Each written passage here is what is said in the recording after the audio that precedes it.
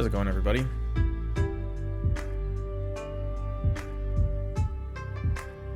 Back. Maybe playing some goblins tonight. Who knows? Start off the stream. I wanna go over the league I just played. Actually, like less than, well, maybe about an hour ago. I normally don't play leagues off stream. I didn't think I would have time to finish it, so I started it off stream, and then my girlfriend canceled our plans for tonight, so I fired up a league and then I ended up finishing it. So I'm bringing up the tweet because it has the matchups on it. It is a virtual 5-0, not an actual 5-0. Fortunately, we lost the first match in the league to another Black Red Goblins player and then won the rest of them.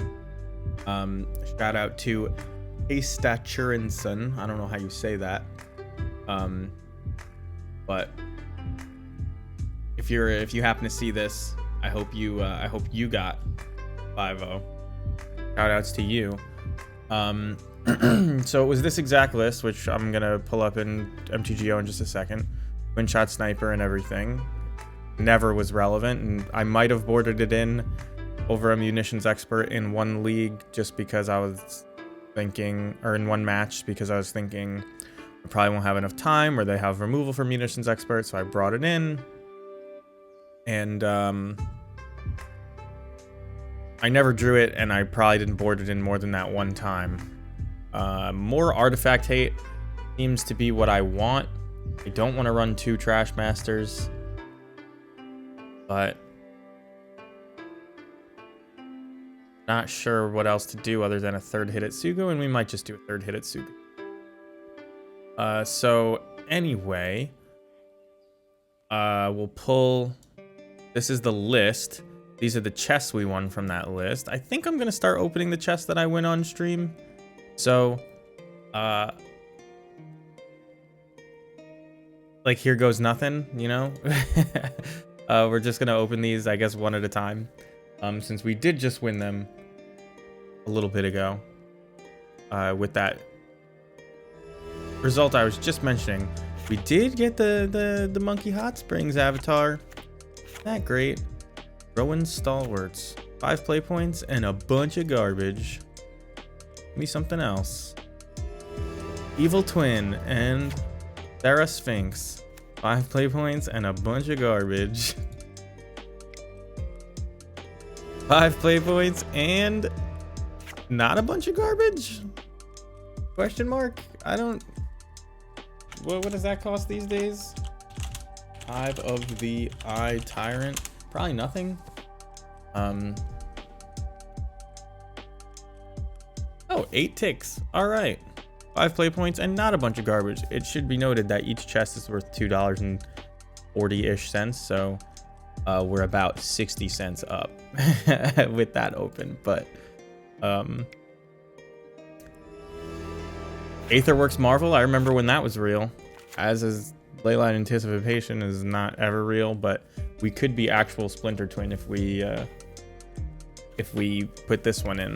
There's 4 ley lines. Mold a ley line plus Snoop, always. And Time Stretch. Time Stretch was a big one when I was a kid. I lost a lot of games to Time Stretch because I was not the blue mage. There's our 4-1. Gonna queue up. Oh, wait, no, I don't want the same deck. Because, well, maybe I'll keep in Twin Shot Sniper for one. Let's do it. Fuck it.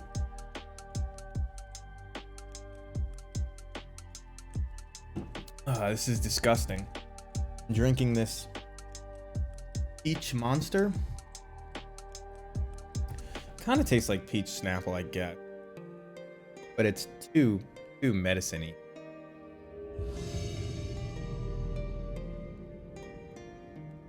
All right. Match 1. Oops All Spells is the last deck they were seen on.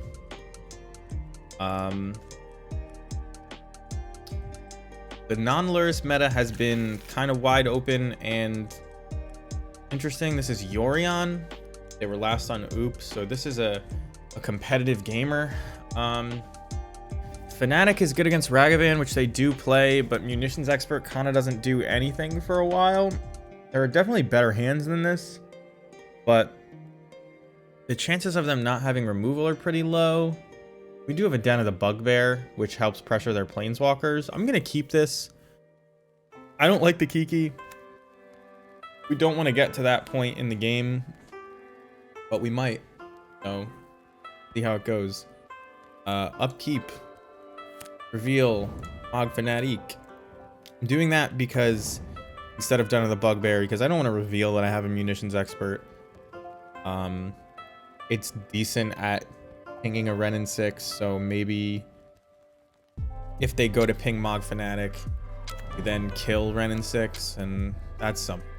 So Oath of Nissa and Yorion. I think I saw this deck the other day. Is this... This can't be Bard class. No way. Oops. Well.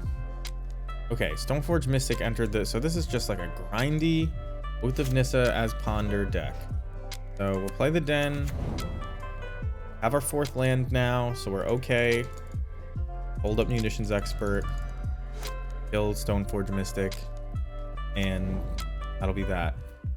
2 legendary lands to start off. Is this just a legendary tribal deck?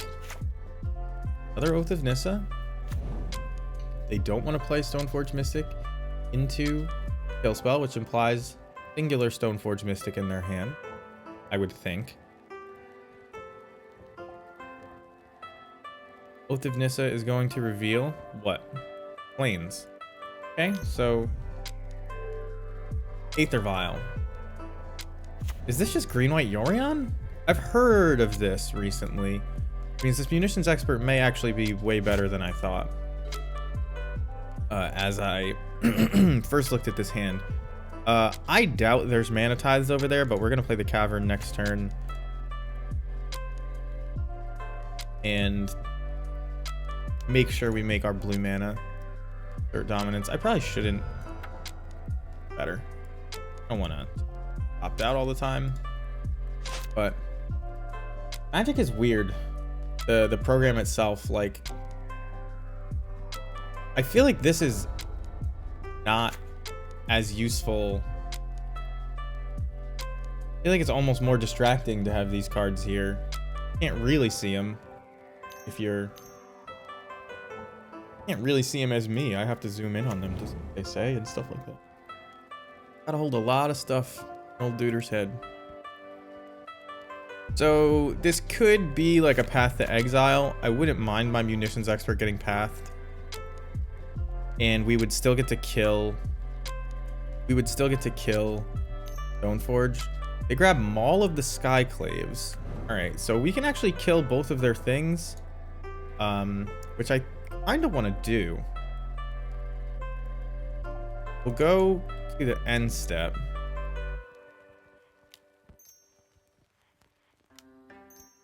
Flash and Munitions Expert. Kill Stoneforge Mystic. We don't have to kill Esper Sentinel. I think I'll attack past it with just Munitions Expert.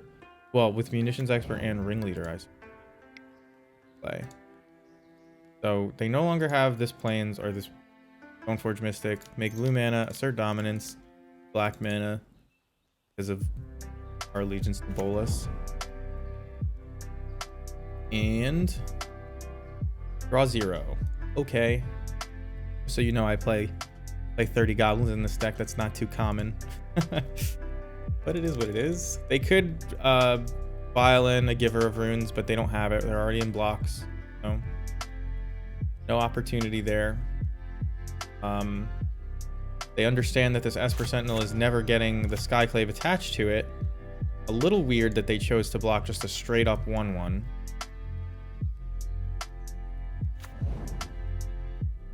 I mean, I have to, right? Because they can...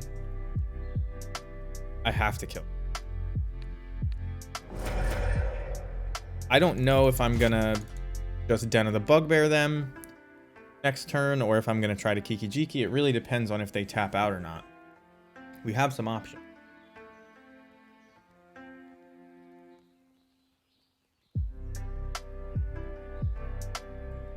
I've been trying to listen to new podcasts related to Magic. And unfortunately, a couple of them stopped, or at least took a hiatus because of the Star City shakeup. Okay, we can't cast more than one spell each turn. Now they only have green mana and a 2-drop. That 2-drop could be like Charming Prince. It could be Stoneforge Mystic. And they could like Cauldra us out of nowhere. I could kill this Archon. Actually, I can't kill the Archon because all my lands are going to enter tapped. I could attack the Ringleader into the Archon and then Matron plus Mog Fanatic, but that seems so much worse than playing Matron and getting like another Ringleader, right? So I think I'm gonna Matron and pass, but I kind of really want to kill this Archon. I think this Matron is too valuable.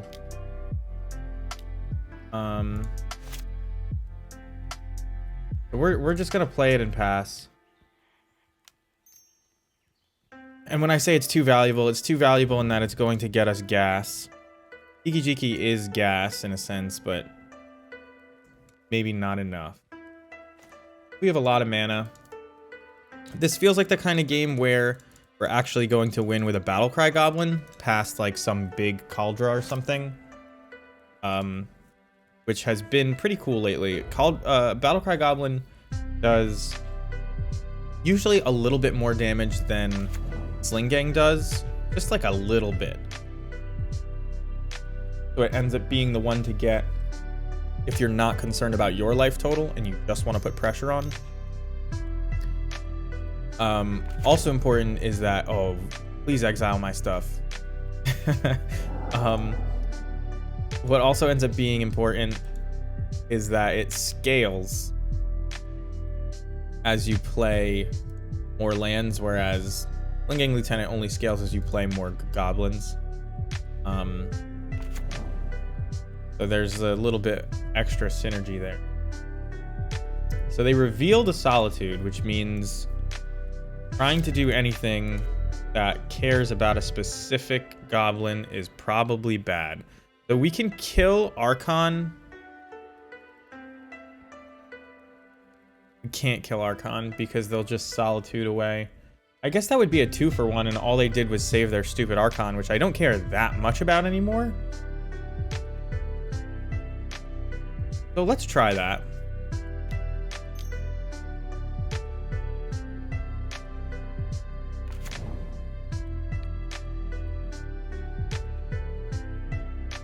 Okay, they don't care about that.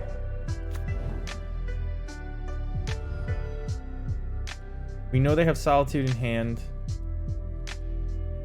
Grab a Blood Crypt. I think I'm just attacking into this 3 mana. They play Brimaz. Good for them. For those who don't know, Brimaz is a 3/4. 3 mana 3/4 that makes cats when it attacks. When Theros came out, everybody was like, oh my god, Brimaz is so good, it's gonna break Modern. And it wasn't strong enough for Modern then, which was 10 times weak. Alright, so there's our last Kiki Jiki. But we did find like a Mog Fanatic, War Marshal, Beans, Battlecry Goblin looking pretty strong soon. Battlecry Goblin reminds me so much of the Pile Driver War Chief plan.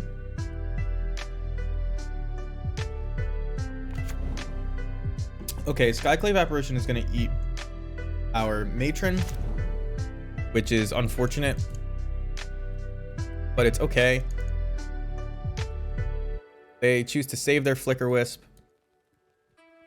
They're going to have a lot of flyers very soon. So, like, this Mog Fanatic killing the Flicker Wisp will be important.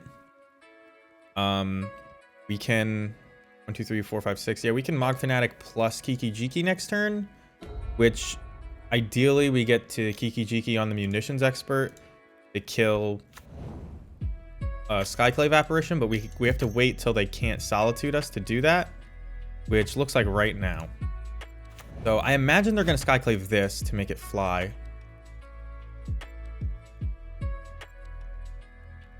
Yes, they do that.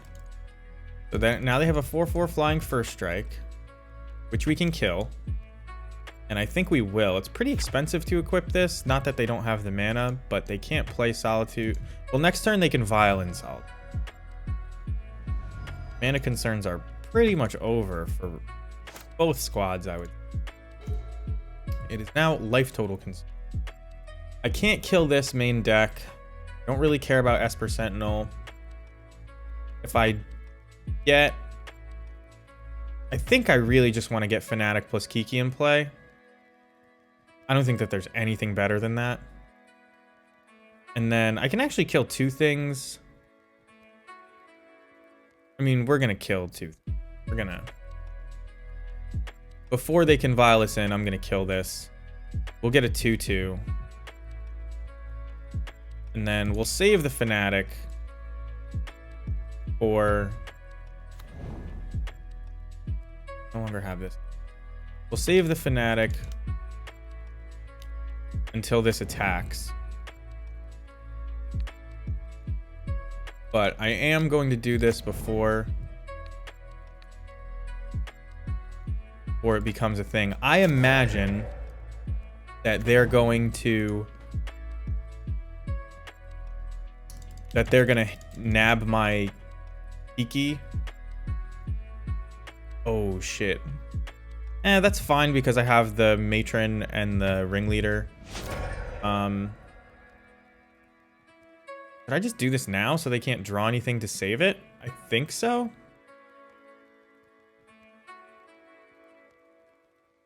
I mean, yeah, I'm willing to just do it now. Let's just simplify.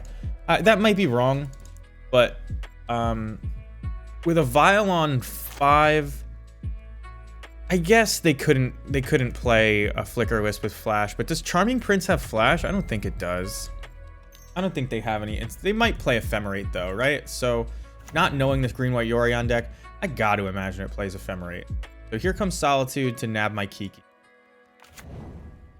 They have 0 cards in hand. If they blink Yorion, they can equip Skyclave for free. And get an Oath of Nissa trigger. So they should put Yorion in their hand. We'll see if they remember to. No, I have forgotten that in the past.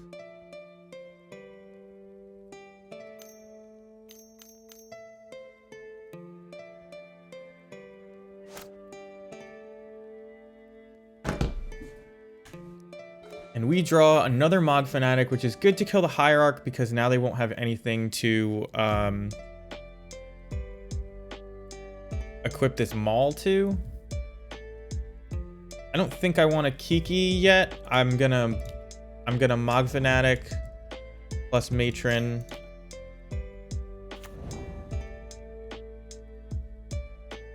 Plus Munitions Expert. Kill this giant lifelinker.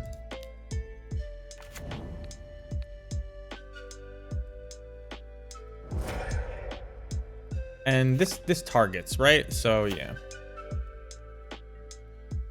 I could just like not even give them the option to chump here, but I kind of didn't expect them to chump. They must just be planning on attaching this Maul to Yorion. Wait, they didn't put Yorion in their hand? I could have swore I heard it while I was looking at my phone. Landon Arbiter, I can kill. What just happened? Why did that cost them 5 mana? They put Yorion in their hand this turn. But what happened last turn? I don't even know. So they're likely going to bounce Vile and Oath and Maul. But we have everything we need in our hand to beat all of this. No searching required. We'll hope that they don't get anything good off Oath. It does only look at the top 3, right? Yeah, top 3. It's basically Ponder without the shuffle. And only gets creatures, lands, and planeswalkers. So they're going to equip the Arbiter. They're almost certainly dead to like any number of things. Let's do the math so we don't miss anything. They have 2 blockers.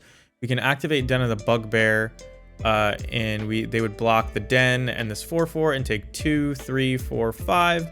The 6 point of damage comes from Mog Fanatic, so that's not enough. But if I Kiki Jiki, obviously a lot of that changes. Assuming they have Ephemerate, I'm probably supposed to hit the Yorion. But I don't know. Kind of tempted to just kill the Leonin again. Although the Yorion can attack me for like, what, 6 next turn? It's going to be hard to kill a 6/7. But yeah, I think I should kill the Yorion. The first strike doesn't matter at all. I'm not searching my library. They can't either. And then, does this kill them? Comes close enough. I'm not even going to do the math. They have to block here.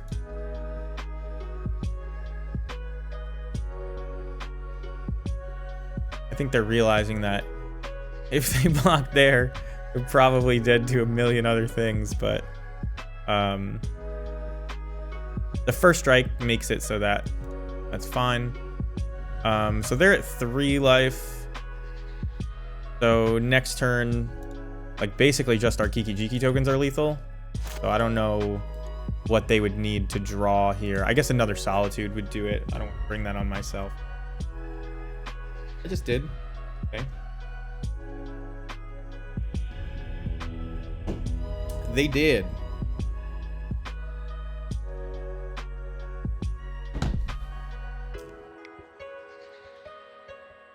So Trashmaster's fine. Twin Shot Sniper, it's bad. I always look at it and I'm like trying to convince myself. We could Void Mirror to block Solitude stuff, but the truth is that in these matchups, you kind of are hoping for them to pitch with Solitude because it's a 2-for-1 that they're doing to themselves. So my other option is to take out Twin Shots or put in Twin Shot Sniper for like 1 more piece of removal. I could board out a land because I'm going to be on the draw. I know people do that. I don't really like it.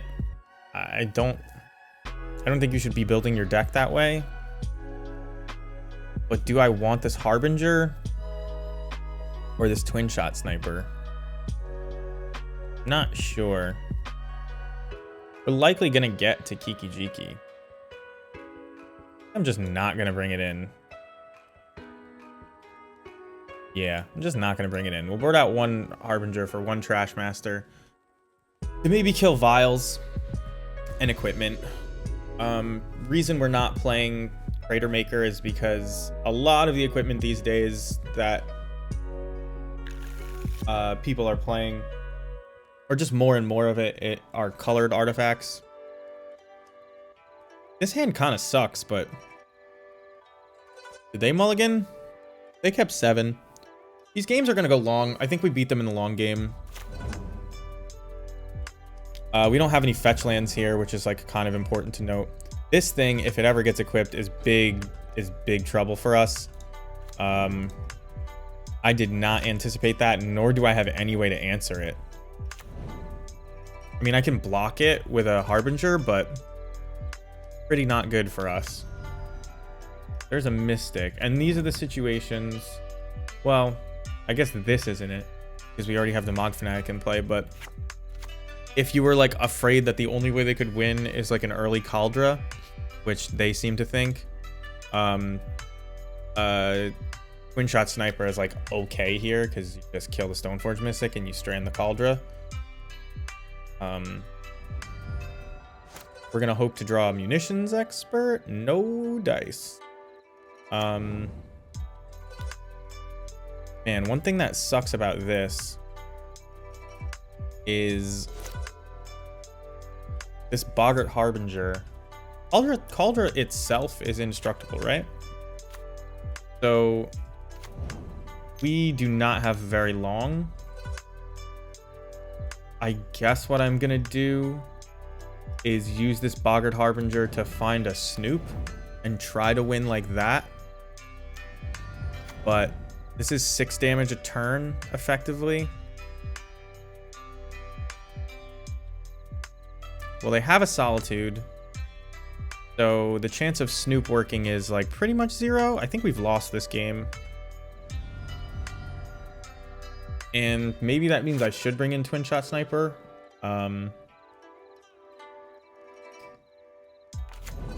Because my outs to Caldra this fast are minimal. I could get... What could I get?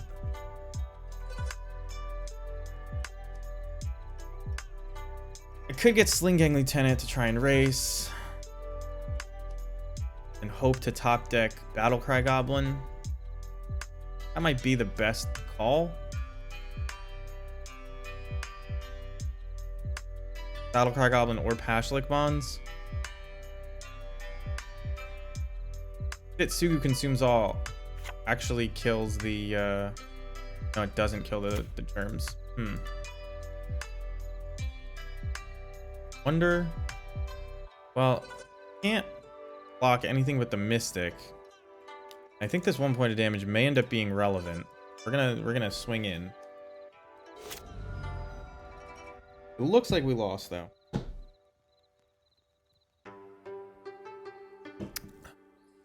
What's the coolest brew you've seen since Luris got banned? I know it's only been 2 days. Mine is definitely that Kaito Grixis Reanimator that Spike was playing yesterday against me and today on stream.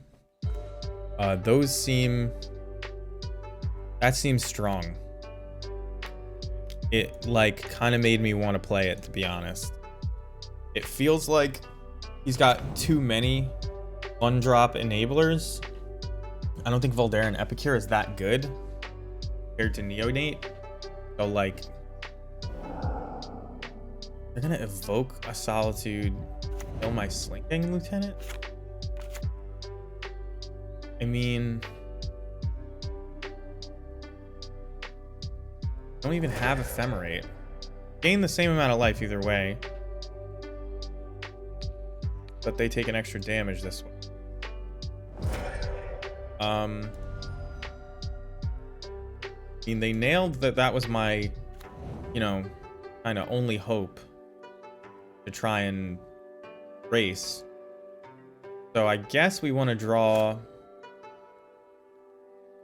I want them to swing out. Just take 8. Then I draw Battlecry Goblin. That's what I want. They swing with 5. Not 8. So I can't just draw Battlecry Goblin to win, I don't think. 15 damage is a lot of damage. We may find a Sling Gang to buy us another turn, and we do. That's pretty big. I guess I'm gonna play Blood Crypt tapped and this Sling Gang Lieutenant. Because if I draw the Battlecry Goblin, I want to be able to just play basic and then activate it twice. On edge here because, oh my god, come on. So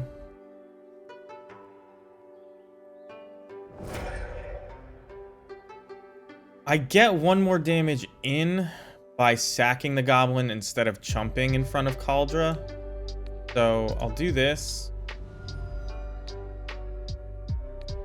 Then I'll sack, or I'll sack it to itself. Get the 2 goblins. Pass. Matron plus Battle Cry doesn't do it. What is this equipment? The cauldron gonna fly? If the cauldron flies, I'm screwed.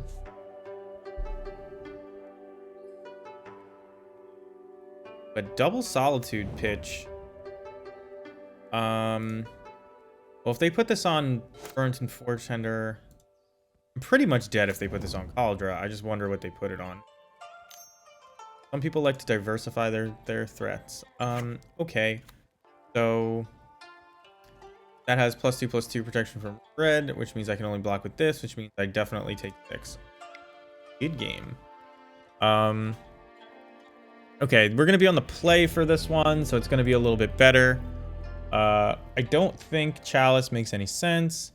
Blood Moon looked okay there. Twin Shot Sniper, I convinced myself that I might want it, and I drew like 2 Harbingers and had one rotting in my hand. I'm gonna bring it in over a Harbinger, but not sure that that's the smartest. Hoping to get Vile in an opener along with some pressure and a Matron. How's it going, Sugar Pea? Good to see you. How's your artistry going? Do you want me to show some of it on stream? Is there anything you want to share for people who don't know? Ooh, I guess this looks good because it has just Aether Vial and everything you'd want, but I'm gonna try it. I'm gonna regret this, but I'm gonna try it because I haven't seen Prismatic Ending from them. They are a Yorion deck, so maybe they're only 2 colors, so maybe they're just like not on that.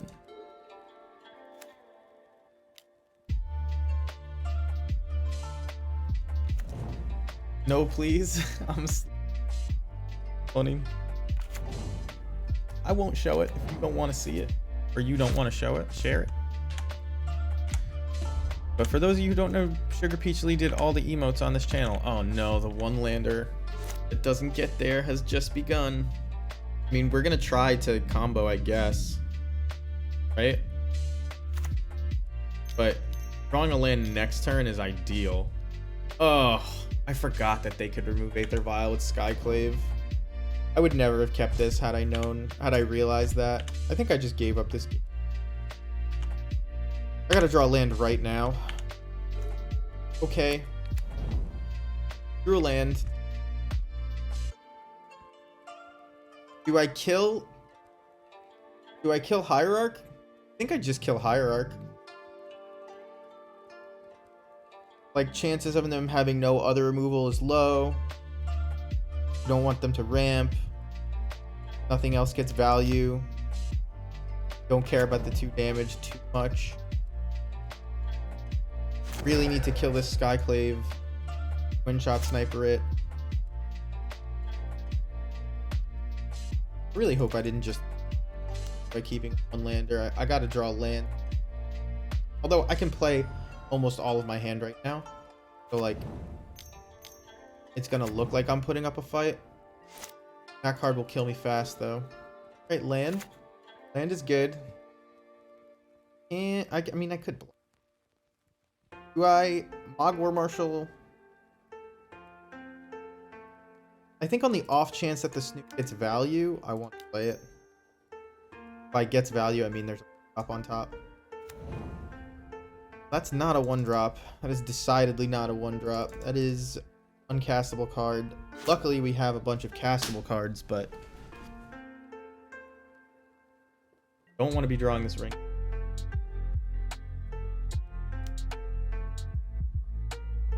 Gonna take the hit.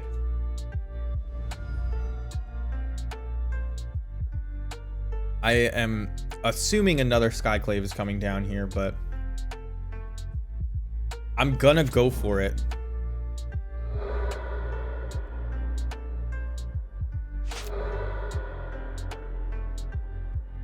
A basic swamp.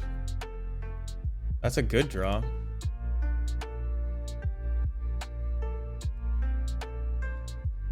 What was that?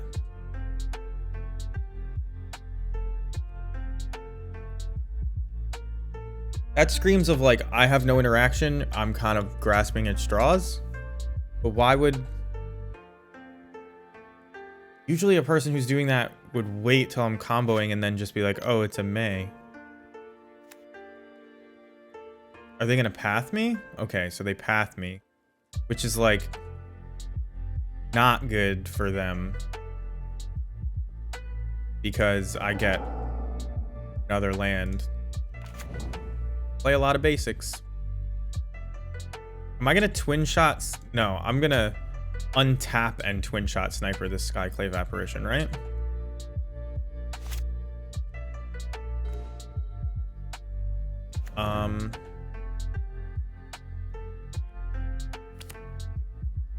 Cast it.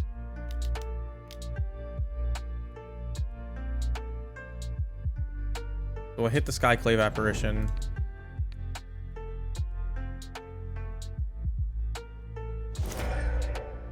We get a 2/2 that can block this Sanct, or we get a 1/1.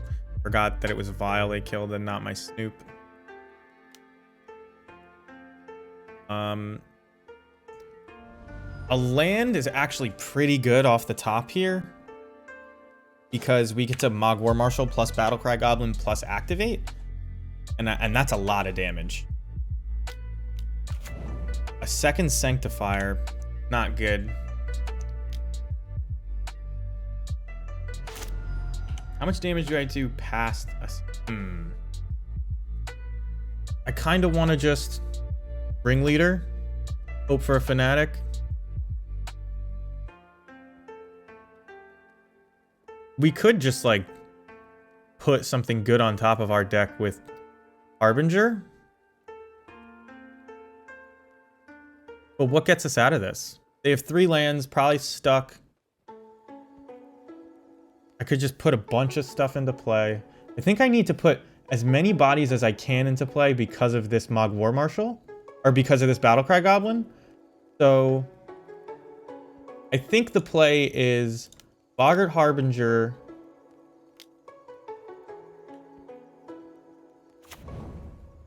We need to kill like lifelinkers. So Boggart Harbinger, and then I'll get, I think Sling Gang Lieutenant is the best get because it can clean up after we do this Battlecry Goblin thing, as long as we're still alive. So let's get Sling Gang Lieutenant. Let's put Mog War Marshal into play. We know we're not drawing a land, but we are going to get to swing for a whole bunch next turn. And it's just better your number of blockers. This won't get pumped, which is something to think about. And we also won't be able to pump the token that comes with the Goblin, so it'll just be a 1/1, but...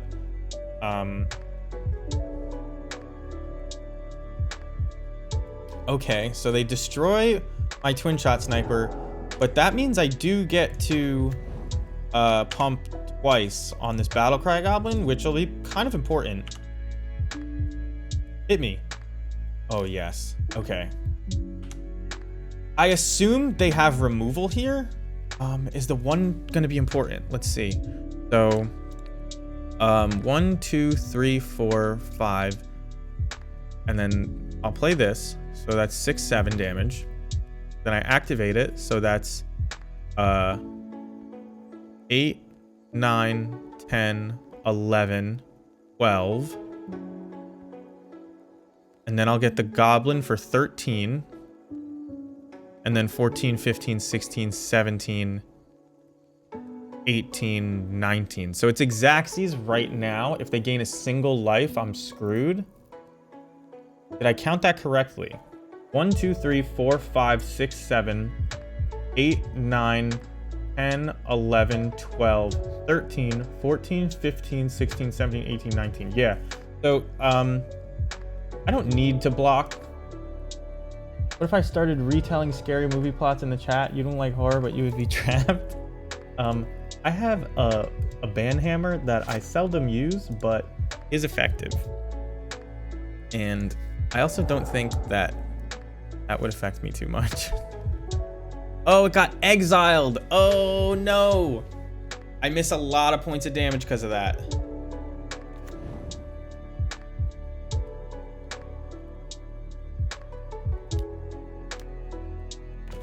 That's not good. I should have paid Echo? No, I shouldn't have paid Echo.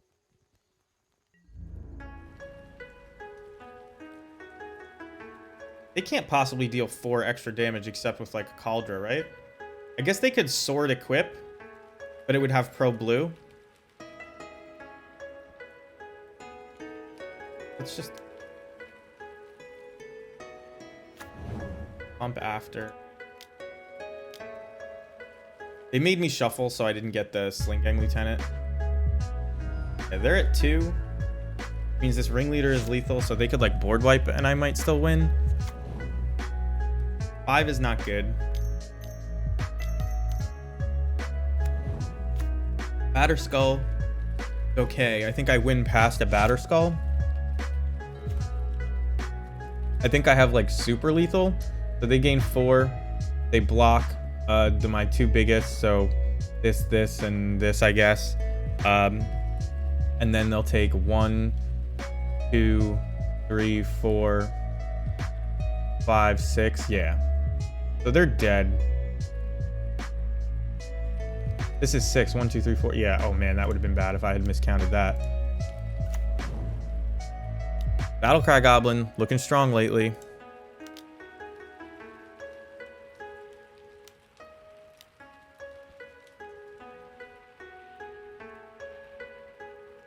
So they block my 5, and one of the 4s, and they take 8, 12. Just too much for them. I'm a big fan of this Battlecry Goblin. I'm glad that I called it at the beginning of the match. Like, it's looking like one of those build up a board state games, and we were right. One of the great parts about Battlecry Goblin compared to Chieftain is that it's resilient to removal. Now, they didn't remove it there, but usually the problems with Lords is that if they get removed mid-combat, your whole house of cards just crumbles. But Battlecry Goblin functions like Battlecry, so, and it scales with all of the lands we had in play, so it was just really strong. Feeling good about that choice. Twin Shot Sniper did the tiniest bit of work. Pretty much was just a more expensive munitions expert there. We killed a 2/2 with it. They Boseju'd it because it was an artifact, which, like, we had 1 extra land at the end, so I don't think that mattered. Pretty good. A good start. Can't complain. Can't complain. Blacktooth MKK is our next opponent. They are 2-0. We are snap keeping. Probably just playing out basic Mountain Aether Vial.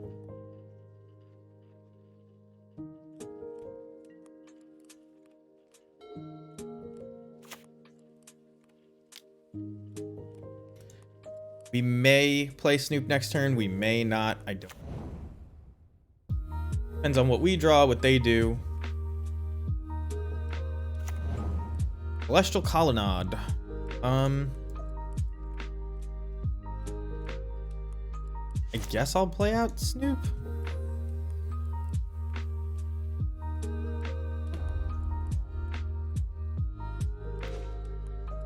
Pretty sure I play out Snoop into Celestial Colonnade. Like, I guess they prismatic ending it, which I don't want. But if they prismatic ending my Vial next turn, well, they could prismatic ending my Vial next turn, and then I can just untap and play Snoop. So let's not play anything. We don't have like early pressure to put on, although I should probably have been trying to tap them out, right? I probably should have played Snoop just for the pressure. So there's Counterspell, but we're gonna have a Vial on 2.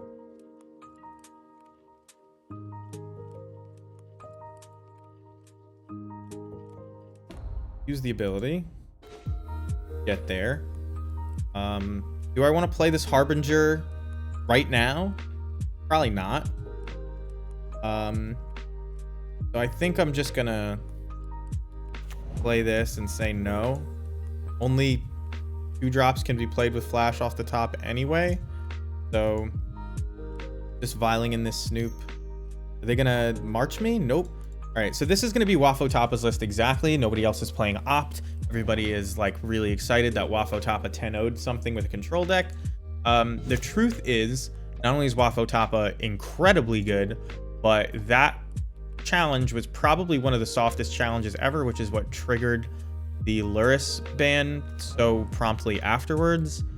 Sort of the same thing happened in Legacy when they banned Ragavan, where like everybody was putting out their apology tweets like, I guess we figured out how to beat Ragavan. Sorry everybody that I lied, or that I was, you know, so hasty or whatever the hell it was. And then the next week they just banned Ragavan, because the reality was that those decks only won because the people stopped playing and the competition dried up. So here they go to counter this. They could still Solitude me, but while they're tapped out, I am gonna go for it. I should probably wait until they crack a fetch to do this, to be honest, but they conceded. So they could have had Solitude. I don't know if Wafo list even plays Solitude. I assume he has to. So they're kind of soft to Blood Moon, but it's tough to resolve Blood Moon. And nothing else really matters. Like, they have a couple Planeswalkers that we want to kill. We don't really want to combo. We just happened to get there. I guess the Planeswalkers are enough reason. Maybe you just cut like a Mog Fanatic.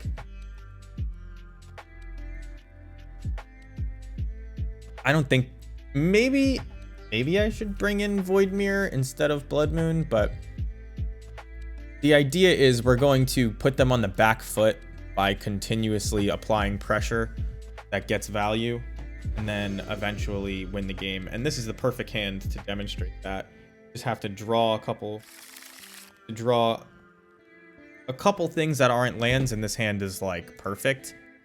But turn 1 Blood Crypt, turn 2 Mog War Marshal, pay the Echo is like kind of get you into good spots versus these blue-white decks often.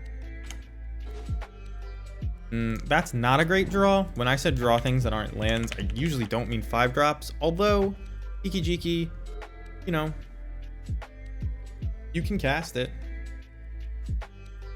You can cast it.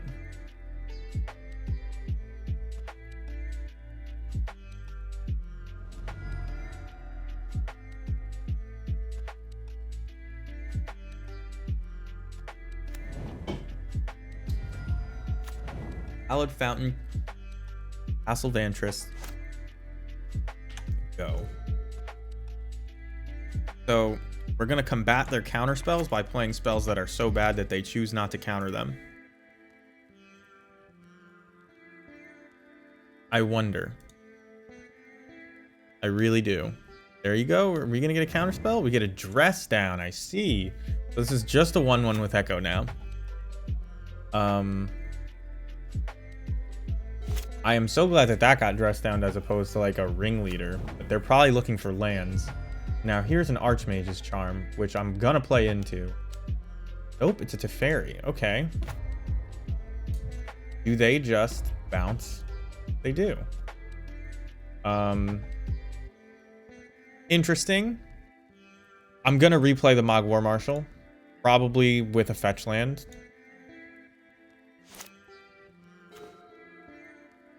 And we're going to keep this Cavern of Souls a secret for as long as we can. And we don't want them thinking at all about Blood Moon. So we won't play this basic Swamp either. And I'll probably fetch Blood Crypt. No, I suppose I want to leave the fetch and play for Snoop value. So now they can play Supreme Verdict at instant speed. But they also play a one of the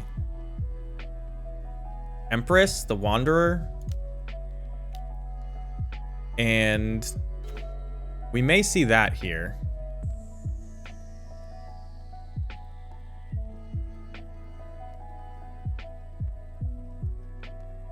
Going to combat.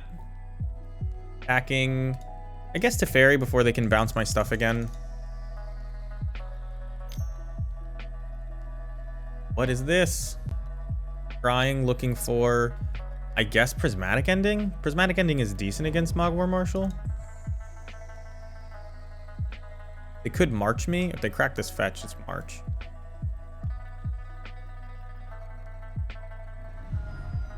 I don't know if Waffle-Toppa's list even plays March.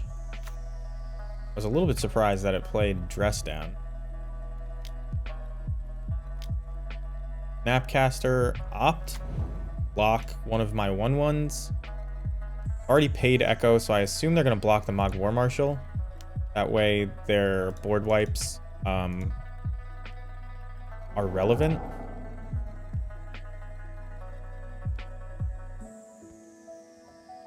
They're at a decently low life total. Okay, they don't block the Mogwar Marshal. They're just concerned about sheer damage output.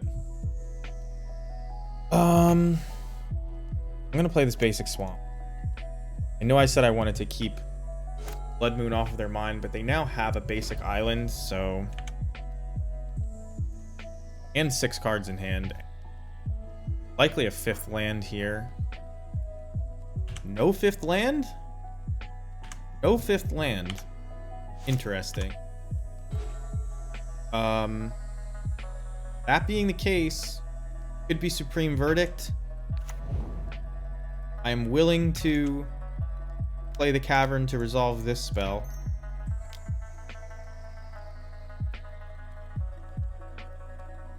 Which is a Goblin Ringleader, for those of you listening and not looking. Are they going to Dress Down?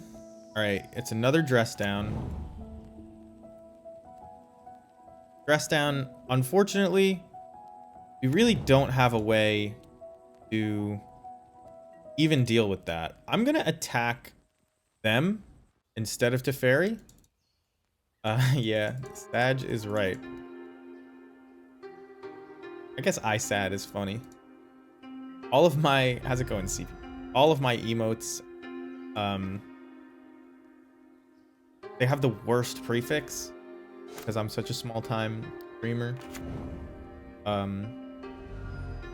So ZamGI, but it makes me want to put just like an emoji on them because I feel like the phrase "ISAD" is fun. Okay, so here's Teferi, and I kill them. Assuming they have no removal spell, so there's no March here. Although March doesn't do anything. They could Prismatic Ending one of my 2-drops. They untap. Wait till they start playing Shadow of Doubt, and I'm supposed to have done this first. So I untap. I resolve Battlecry Goblin. And I just pump twice.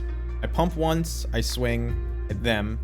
That would be 1, 2, 3, 4, 5, 6, 7, 8, 9 for the token. Pump again. 10, 11, 12. So this is lethal without a removal spell. And I think that presenting lethal is good.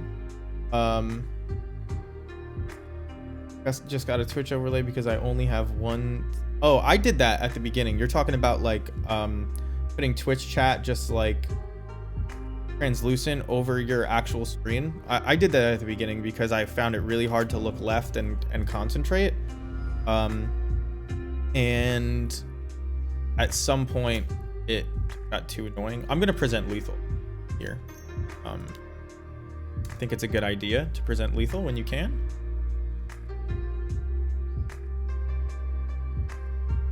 This Battlecry Goblin, we were playing two. I took out the second one in the board for Twin Shot Sniper just to test it. But they are good in these control type matchups. I'll tell you that. So we pump to give it haste. We go to attacks. Now they may Snapcaster us, just Ambush Viper style. But if they do that, they'll be at 1. Well, they'll be low. I guess they won't be at 1. And Solitude can really turn things around. They let me attack, I get the 1/1, so we may see them do something here. They do that, I can do 4, 5, 6, 7. Bring them to 5. 5 doesn't seem that low.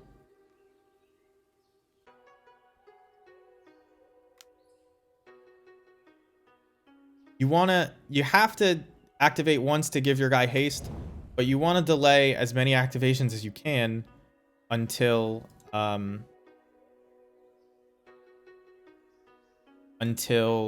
this guy comes into play. So they're going to evoke. I hope they don't play Ephemerate. That would really suck. Looks like no. So I'm going to count the damage and see if I want to play Mog War Marshal instead. This would be 3, 4, 5, 6, 7, 8, 9, and they would be at 3 life. Kind of like them being at 3 life with my 3 lethal, with my 3 attackers in play. And a Kiki Jiki and a Harbinger in hand. Like, that all just seems really good. So let's pump. They do have this Teferi in play, which could change things very quickly.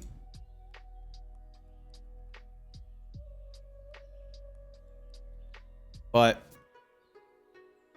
don't really know. I think that this is right. Oh, is this just gonna... Oh, man, they got me. They got me good. They got me good. So now they block here. They only take 5. They go to 7. 7 is a lot higher than 3. 7 is like infinitely higher than 3.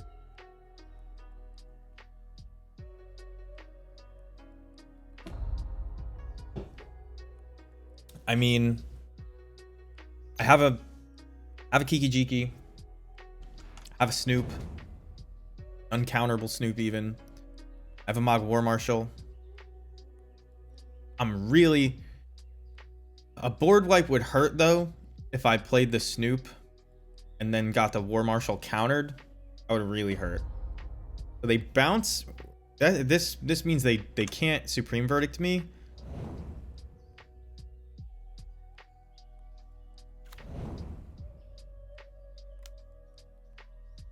There's the... Yeah, this is definitely Wafo's list. He plays 1 Breeding Pool.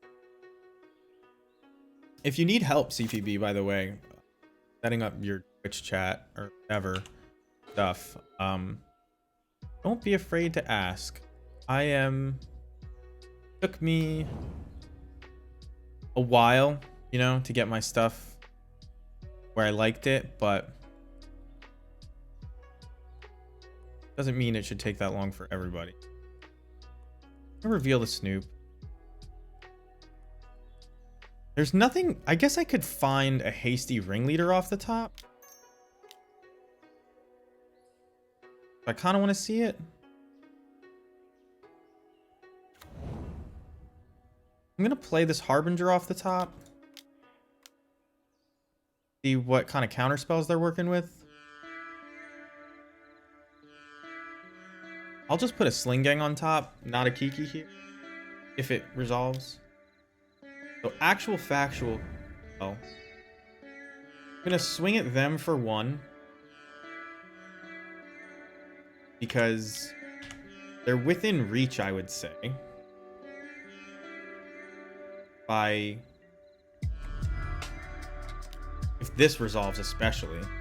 Because then I can Harbinger next turn. Okay, well... Wow, they're just gonna draw. They're looking for the board wipe. So even if they board wipe, I'm left with 2 goblins, which is good, obviously. They're at a pretty low life total. Jiki has haste, which doesn't often come up, other than just activating it immediately, but it does attack for 2.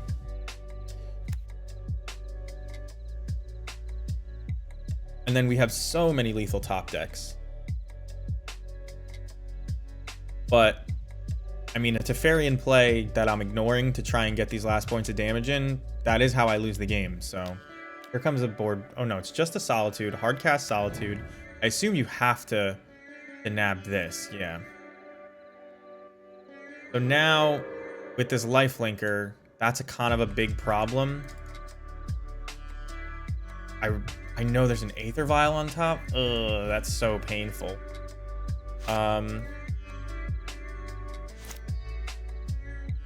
Which is like maybe a reason that I shouldn't have done what I did. I guess I can probably only resolve 1 Goblin here. So let's pay this. Let's put this Harbinger into play. Whoops, we're in the upkeep. Play the Aether Vial out. Play out this Harbinger uncounterably. Jiki copying what wins the game if they go to 9? I assume Sling Gang Lieutenant just does it.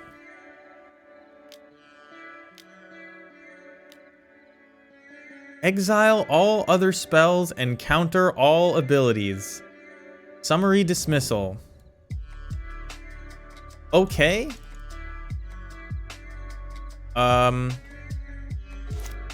That gets around Cavern of Souls. That's pretty neat. 4 mana. Counter your Harbinger. Would love to draw something good here. Need to draw something good because I left this Teferi unchecked. Don't want to start throwing Mogwar Marshals into the fire just so Teferi doesn't ultimate. I mean, we're probably going to lose that game if we do that anyway. So...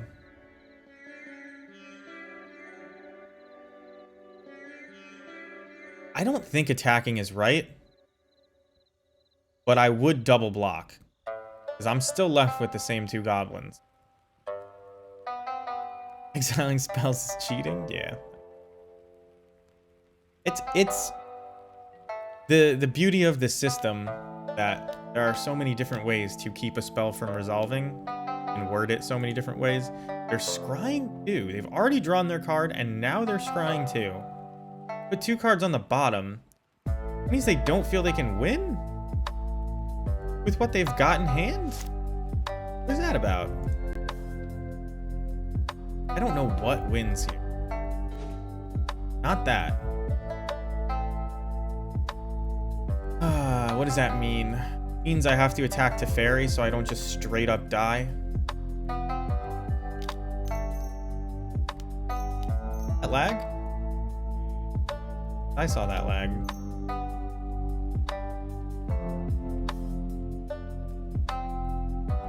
Kind of wish they'd put Exile spell into another color. I think I'm just gonna attack.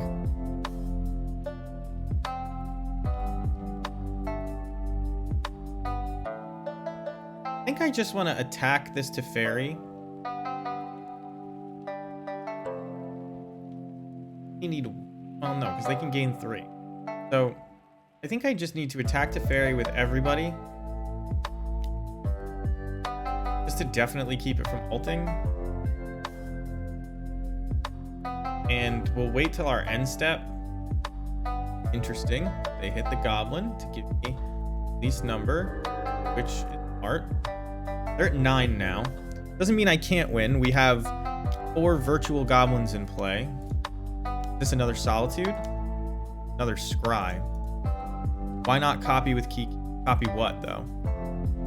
Like, I'm going to copy a Mogwar Marshal, but I'd like the maximum number of Goblins attacking on my turn. Go on Muxus. I'd like the maximum number of Goblins attacking on my turn. And I'd like to... I think I'm just...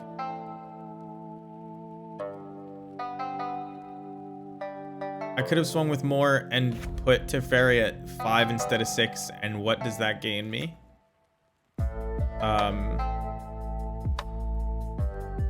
tell you the answer. Nothing. I can save my life total here. Oh, if I untap, if I make a Mog War Marshal and then try to untap with it, I just have to pay Echo on it, which I totally could, but I don't think there's a reason to do that instead of blocking. And I might as well even double block. See if we force something out of them. They don't... Putting the Teferi at 5 instead of 6 doesn't do anything. Like, I kind of need to win in the next couple turns. They need to not have removal. They need to not have board wipes. I was hoping to be able to get to the end step and then make the Mog War Marshal, but obviously I just explained why that wasn't that smart. I could have still done that. You would still get the Dork left and got in with the Mog. Yeah, but again, you're talking about... I wouldn't have... What is the point? What do you don't actually change the board state in any meaningful way. And had they not attacked with that Solitude, I go to my end step, I make a Mog War Marshal, I can now do it again on my own turn, and I have a big army of goblins that theoretically I attack with and then sling Gang Lieutenant with, and I do the maximum amount of damage that way. But they swung with their Solitude, and I should have read the board wipe when they swung with it, but didn't. Matron? Snoop's not bad. I'm gonna Violin Snoop now, because if there's something on top, I just get to play it uncounterably. I get 2 uncounterable things, and here's that. Oh no! Oh my god, Magic. Why do you do this? And now they counter this and I lose the game. I could have taken them to 9. I would have had 1, 2, 3 goblins.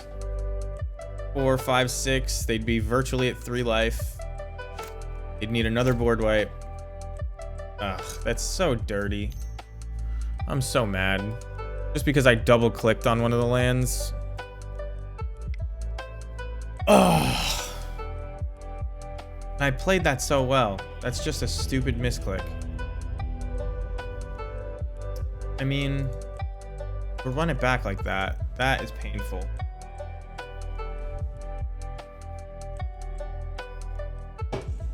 Damn. I'm mad at that.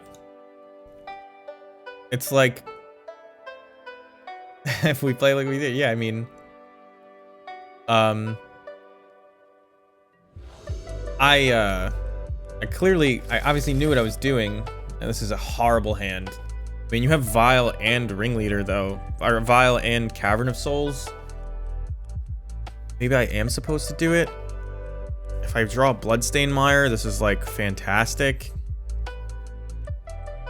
Maybe I'm supposed to, but I don't have any pressure. I guess the pressure is Blood Moon. I think Stream Decker was down today. This is like one of the best cards in the matchup, and we're gonna be able to resolve it. I need to draw lands, but we're playing 24 lands, so I think I'm gonna keep this. Seems risky, but it's better than so many other hands. Like, I would like to start putting pressure on, but in lieu of that, I don't want to play the Cavern yet. Maybe that's dumb, but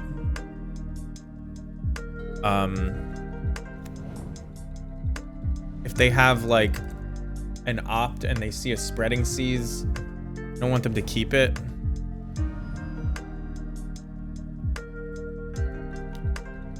Bloodstained Mire would be easily one of the best draws. So there goes one of the reasons to keep this hand to a prismatic ending. Okay, that's a decent draw, because it's pretty risky for them to... Ooh. Ooh, That's a good draw. That's a very good draw. DPB, I see you just caught up to me making a horrendous misclick.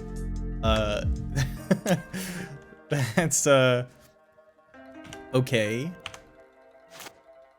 They're just keeping Counterspell up, which means I can't play this Blood Moon yet. Why you'd be keeping Counterspell up when, you know, I have Cavern of Souls, I don't know, but I'm not gonna play Blood Moon into a Counterspell. I'm just gonna play the Munitions Expert off the top, get a card deeper. Hey, how's it going, Mewtwo? Glad to see all you guys showing up.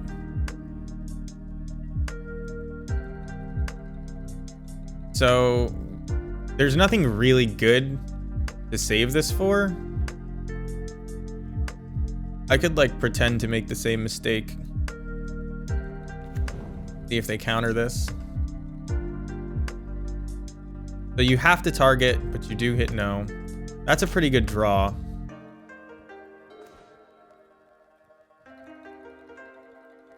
We'll see if they, like, try to stop some of the pressure with, like, Snap or March or something. I think I'm gonna save this Battlecry Goblin until I can attack with it the turn I play it. So 3 damage a turn, they're already at 11. Battlecry Goblin can easily put out 11 damage in a turn, just a couple bodies. Who knows? They're probably gonna Archmage's Charm here. Draw. So if they were missing their second white land, they'll probably find it. You do have 1 blue here. And if they tap out for Supreme Verdict, like, you know I'm slamming Blood Moon. Doesn't look like they're tapping out for Supreme Verdict. I could try to kill them, or I could just play Pashlik Mons off the top.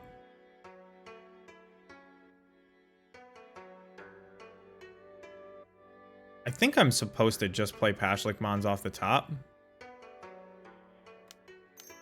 Free. We know they didn't Supreme Verdict. They must have, like, Solitudes in hand.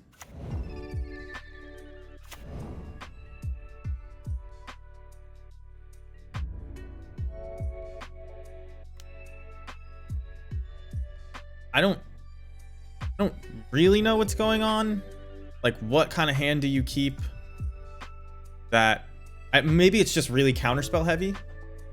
No Planeswalkers, just a lot of counterspells. I've played no 1-drops that they can steal other than that. Okay. That's like, this is totally fine. I guess they kill my they kill my Snoop. No, they're just gonna try to eat the Expert? Seems weird. So they kill the Snoop. Snoop is dead.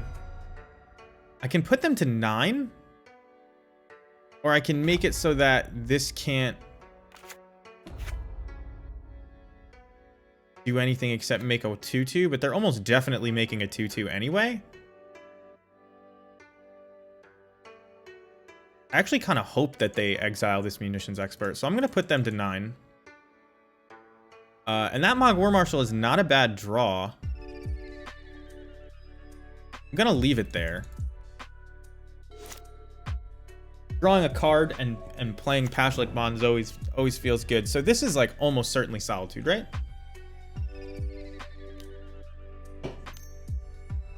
Based on how slow this hand was.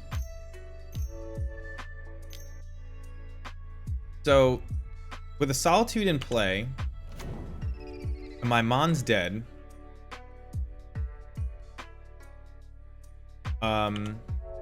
Where does that put us? I think I'm just gonna play Blood Moon. That's it. So this is a big lifelinker, and we're gonna need to play a longer game. But just gonna play Blood Moon. Spreading Seas wrecks me after I Blood Moon, but we haven't seen any Spreading Seas from them. So Blood Moon it is. And I'm about to take 5 lifelink vigilance damage. So they're gonna go back up to 14. This Solitude is a real threat, but I obviously have ways to deal with it. Drawing a munitions expert is a good way to deal with it.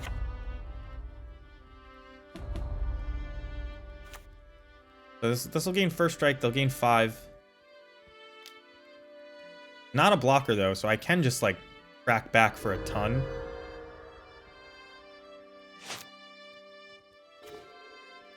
They do have a lot of mountains. Okay, so a pretty decent draw. So I can deal them 3, take them to 11. Or I could kill this, assuming there's not a second Solitude in hand. I think there's likely a second Solitude in hand though, right? So let's like, I would love a sack outlet so that this Solitude doesn't keep gaining life. I think this Ringleader just has to be the play.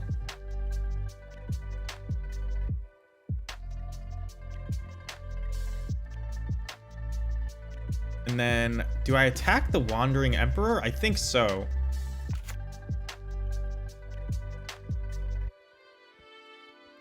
I think I have to attack the Emperor because I lose the game where I just try to ignore this Solitude. What is this? A 1 blue mana counterspell? Does that exist? Otawara. Ooh, okay. Interesting. Now this is counterable. Wow. Otawara is crazy. This card is really good. That's trouble. How much damage do I do next turn if I play Mogwar Marshal, Battlecry Goblin? Ooh, that Otawara wrecked me. That is not good. The fact that we didn't resolve that Ringleader because our cavern was a mountain, that is painful. Maybe you just don't. I just brought it in because it just felt like if I resolved it, it was unbeatable. But now it's like, what's the point, right? Because I could probably beat them if I just resolve the Ringleader, right? The Blood Moon was just going to make it easy mode. But that's not the case. Maybe we just stop bringing in Blood Moon. Kiki Jiki, not great. We're gonna take 7 from this next turn unless we start blocking it.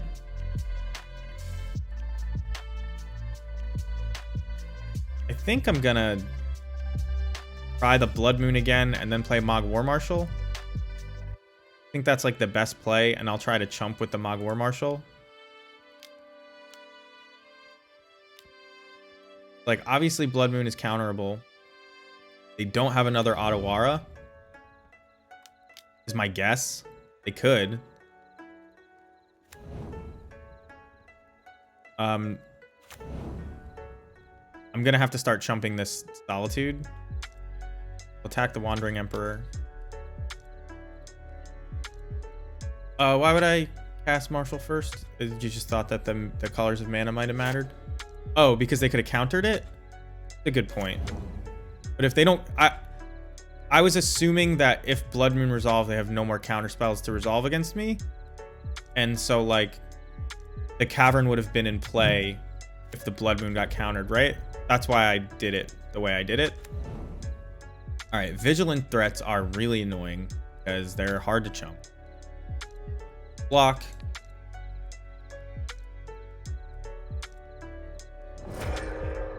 They're at 25 life, which we can deal with. It's not, like, impossible. We do have an infinite combo as well. They don't have double white. They don't have double blue.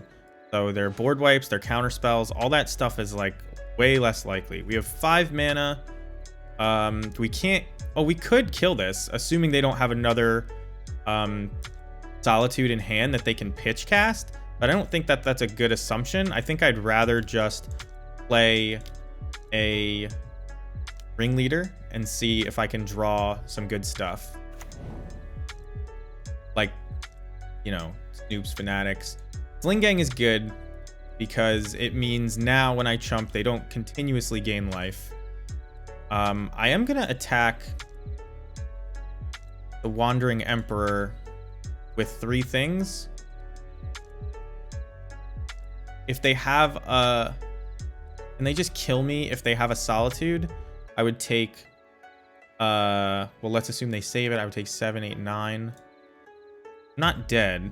I'm going to try to get the Emperor off the board. I'm assuming they block the Ringleader. And then, like, maybe they pitch cast a Solitude. And I'll take 7. So, no, they choose to just eat this, and I'm going to take 8. Well, I'm gonna chump, but... So we're going to resolve Sling Gang next. It's just, like, hard for them to resolve spells, obviously, now, right? So, this Sling Gang will probably stick around. And then if we draw land, I would just run out Battlecry Goblin. Moon is still okay, but I mean, they probably play more than one Otawara. I could look it up, but we're kind of low on time.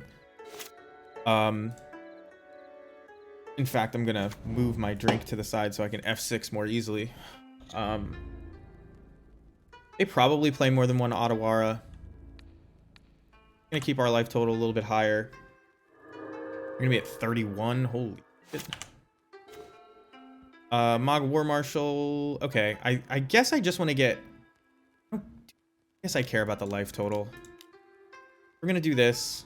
We'll trade with this Samurai token if we can. Not gonna attack. Then gonna block and sack. Keep building a board. Eventually we'll get like munitions expert or something like that. We can actually search for one to kill this Solitude, which will kind of turn the game around. And we do need to do that before they find some of their basic. They're at 30 life.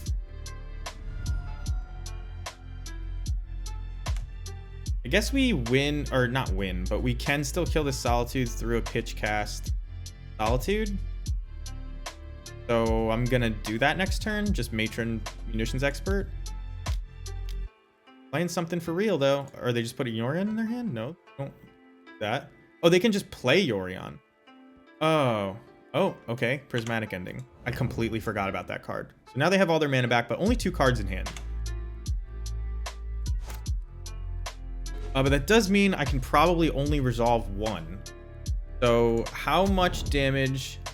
I think they've seen this, but we'll just reveal this. How much damage does Battlecry Goblin do? We play it, we activate it. So that's 1, 2, 3, 4, 5, 6, 7, 8, 9, 10, 11, 12, 13, 14, 15, 16, 17, 18, 19. And then we have 1, 2, 3, 4, 5, 6 goblins. We do 25 damage. It's not quite enough.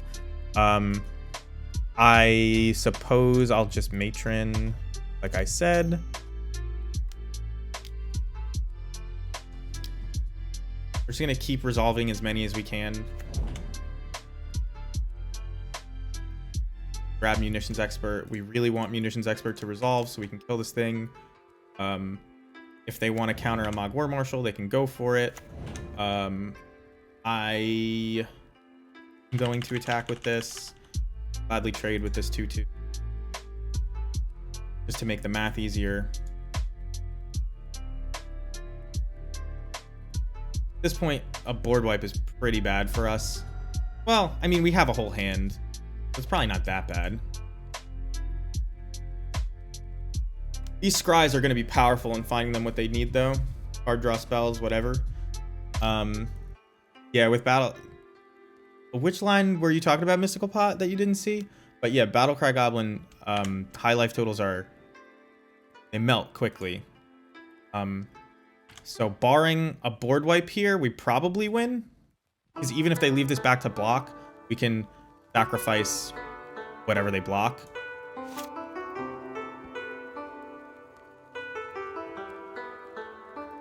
So they put 2 cards on the bottom, so they didn't find what they need. So this is probably not... Oh, well, this could be a top deck Supreme Verdict. We'll find out. The Fairy, you got it. Bounce what? Bounce Solitude? I wish I could do something about them bouncing Solitude, but I can't. Which means I won't have the sack outlet. Turn up to 1. They choose not to do anything. They just want to draw the card. Not confident that Solitude... I guess they think that the 6 life is too important, which I respect. What did they draw? Opt? Opt looks at the top. They put a card on top. Oh no.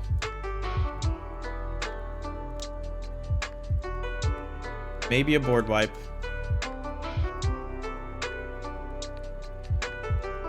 Back the Mogwar Marshal. Nobody gains life except us. They go to 26. We go to 11. Blockers are tapped. I'm gonna grab a fetch land here. Or crack the fetch. Grab a Blood Crypt. I think this is enough to kill them. I said it was 25 last turn. Just gonna do the only uncounterable thing I have that I think kills them. Activate. Swing at them. I think they're dead.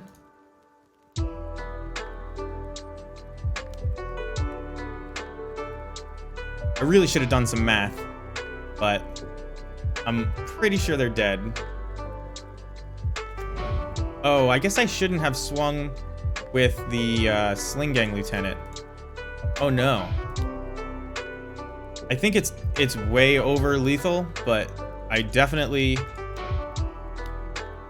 shouldn't have swung with the Sling Gang Lieutenant now that I'm thinking of it, because that's like 7 damage I'm leaving on the table. And now if this is a Solitude and they lifelink, well, they won't be able to lifelink, but it's a Solitude. I guess they'll be able to lifelink because they're taking my Sling Gang Lieutenant. Oh no, I messed this one up. I saw that I was in time trouble and I punted, didn't I? I mean, if we deal enough, or, well, it's gonna be more than this. So this is 6, 7, 8, 9. No, it's not enough. Man. I mean, it's enough that they have to block, I guess, but...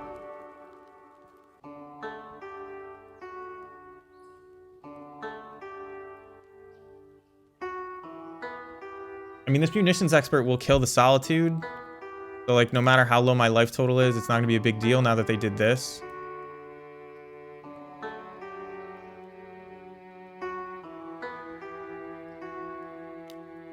What is this? Okay. Were they dead? No, they weren't dead by a long shot. They blocked a 4 power and a 3 power and killed another 3. They just had me dead on the crackback. That was dumb. They're in red, so they're playing a little poorly. But they had me dead there. I misplayed the hell out of that. I was supposed to leave the Sling Gang Lieutenant back. It wouldn't actually have affected anything because of when they Solituded, but I was supposed to leave it back because they could have just blocked. And then I'm probably sacking the Sling Gang Lieutenant before damage, and I don't get the extra damage on the after effect. They scry 2, they put 1 on top and 1 on bottom. They're not going to draw, though, unless they have another card in their hand that draws. What is this? Is this Yorion? No. Jace! Oh my god! Do I beat Jace? Jace is trouble. Jace is trouble.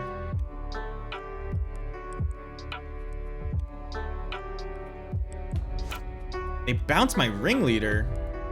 Pretty crazy. Well, they have 0 cards in hand. So let's kill Solitude. Pretty much knock this game out of reach for them.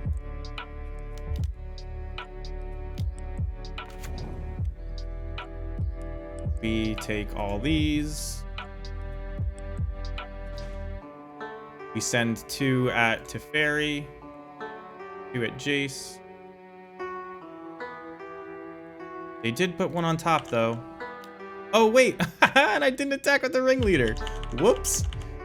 Well, they should be at 2 less. Let's hope that's not important. I should have also resolved this Mog Fanatic. They scry, upkeep, F6. I have 7 cards in hand. I can, like, it kind of doesn't matter what they get here. I just, like, play a flurry of cards. I have a munitions expert in case they Solitude. Try and gain life. It's an opt that they found. They put 2 cards on the bottom, drew an opt. Tried, put a card on the bottom, drew. It's a Hall of the Storm Giants, which kills me on the crackback. Does it have, it doesn't have, like, any kind of unblockability, but I do need to leave 2 blockers back so that I don't die. We'll attack them with everything we've got here. We'll play Snoop. Play Mog Fanatic.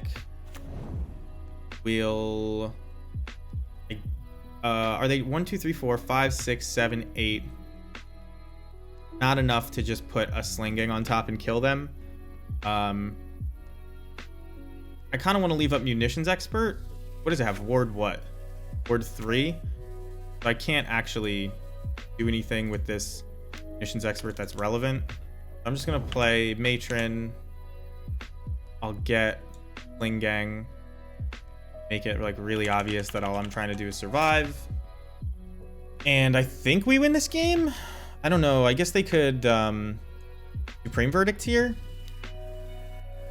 They could find a Supreme Verdict. They've been digging really hard, but again, I just have a whole bunch of cards. Can they not activate all of Storm Giants now? It takes 6 to activate, so they can. I'll chump. They put 2 cards on the bottom with that Scry, by the way. So they Solitude, targeting, I assume, Snoop. There goes Snoop.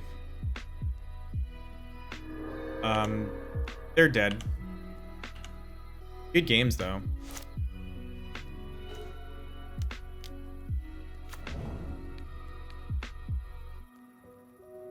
It always feels tight when you're both in the red. But we both misplayed that turn where I swung with everything. It was a big, scary Mathis for Blockers attack, and both our times were low, so they didn't do any math either. And I definitely had better plays that turn, I'll say that. Definitely had better plays, but we're 2-0 to start. And we beat Blue-White, and I don't remember what else.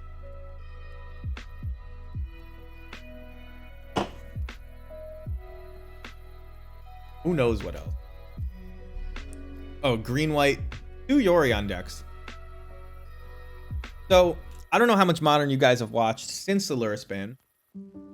Been, like, maybe 36 hours or something like that. A lot of people feel that Yorion is the de facto best deck now, myself included. I don't think that companion that draws you 5 cards is Blue-White wasn't Yorion? It was just Blue-White? You're right. I kept looking over here and it wasn't there, and I was like, they must have put it in their hand and pitched it, and I just never checked. Freed Mania. But we played against Green-White Taxes with Yorion. Giganta. I played against Giganta earlier, and it was Red-White. It It was red-white crackdown construct. I don't know. This hand is pretty bad. It doesn't really beat anything. It can draw well.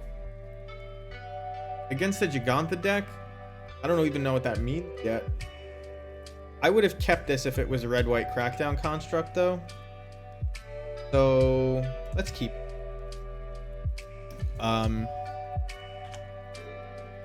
And I guess I'll like feign a lightning bolt by revealing revealing Mod War Marshal. Giganta are usually linear.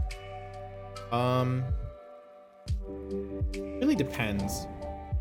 I've played against Gigantatron a long time ago. Giganta into Blood Crypt is not what I expected. Is this just Grixis Shadow with Giganta, the way Canister posted it? It is just Grixis Shadow with Giganta. So, this is not good for us. No, I was saying that, yeah, Tron is pretty linear. The thing is, now Giganta is like the best free companion for decks that play just little shitty creatures and stuff like that. So the red-white crackdown deck was basically another Taxes deck, with the infinite crackdown combo in it. So like, all bets are off now. Yeah, Giganta Grixis was what Canister posted as a joke. Like now that Lurrus is gone, this is the new best companion deck. Yeah. So I'm really hoping to draw something that I can play here, so I'm not gonna pay Echo. Man, do I wish I had paid Echo. Alright, well, just no attacks. Yeah, we were fine with Grixis Lurrus. Like, it wasn't a fun matchup because it just felt like unfair in a sense. Like, you had to really top deck well and wait for them to make a mistake, but like, you know, you're unfavored as soon as the match starts, and that's usually a bad feeling. They've been a Thoughtseize with the Surveil trigger off Dragon's Rage channel.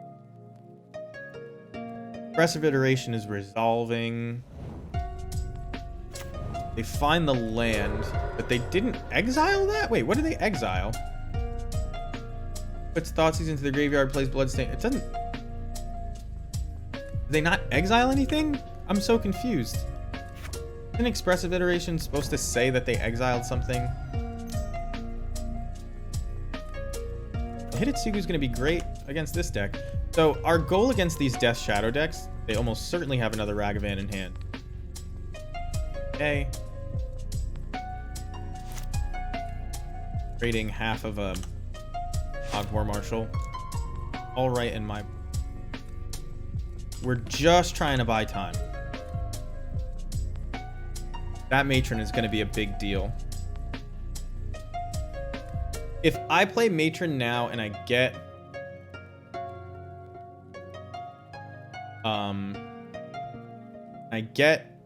Battlecry Goblin, and then I just take whatever they throw at me, I can do 1, 2, 3, 4,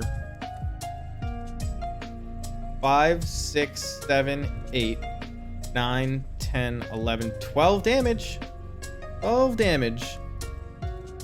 That being said, I think I'd rather do this, because that you don't do 12 damage through a lightning bolt. So Flingang is a good draw, as is Conspicuous. I won't, well, if they swing with a 1/1 Death Shadow, I'm definitely blocking, but they won't do that. Another Expressive Iteration. Let's see if I can spot the exiled card this time. They've been a Scalding Tarn. It's so crazy that the implied text on Expressive Iteration is, look at the top 4. Bin 1. No, I still didn't see what they exiled. That must be a bug. It didn't pop up on the screen, right? I'm not crazy. You get a Mishra's Bauble. They target themselves, which means they must have a fetch land. There's the fetch.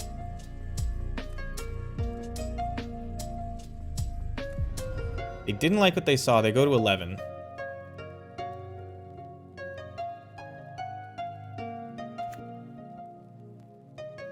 They get a basic swamp, so they stay at 11.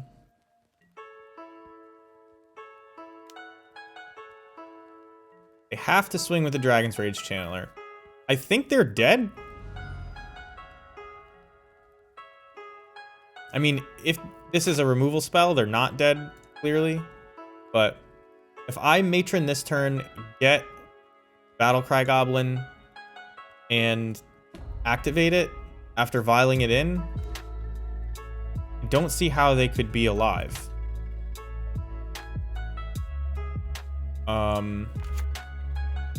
So this could be Terminate. I think I'm gonna make them have it.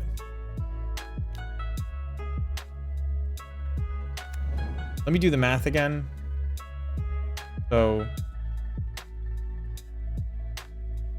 it's 1, 2, 3, 4, 5, 6, and then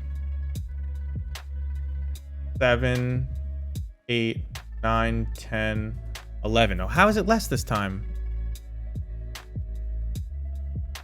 They have a blocker? I don't like that. I mean, they'd have to trade, but they probably have a Terminate. I am gonna get... Maybe I just get Munitions Expert? I think I just get Munitions Expert.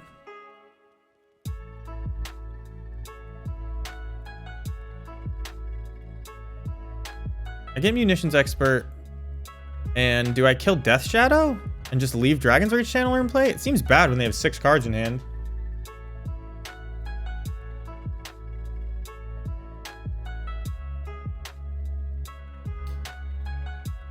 I think I'm supposed to kill this Dragon's Rage Channeler. I think just the amount of card selection it gives them is crazy. They've been doing it a ton already. I'm not in any rush. This is like probably the best moment I'm gonna get as far as tapped out. They can double Fatal Push to try and save it, and then I vial in the Snoop, but they know about the Snoop. So like that would be a bad call. It would just get them to their Veil triggers.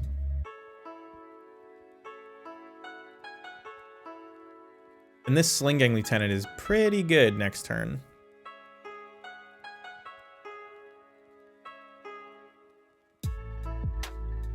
It used to just pop up like here.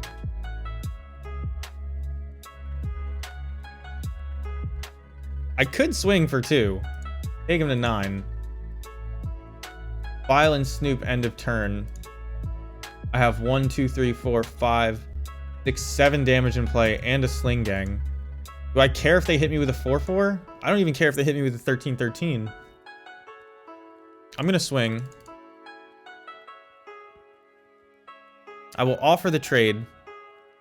They unholy heat it. That's fine. They understand that their life total is a precious resource that they've squandered to make a 2/2. We'll see if that comes back to bite them, and I think it will.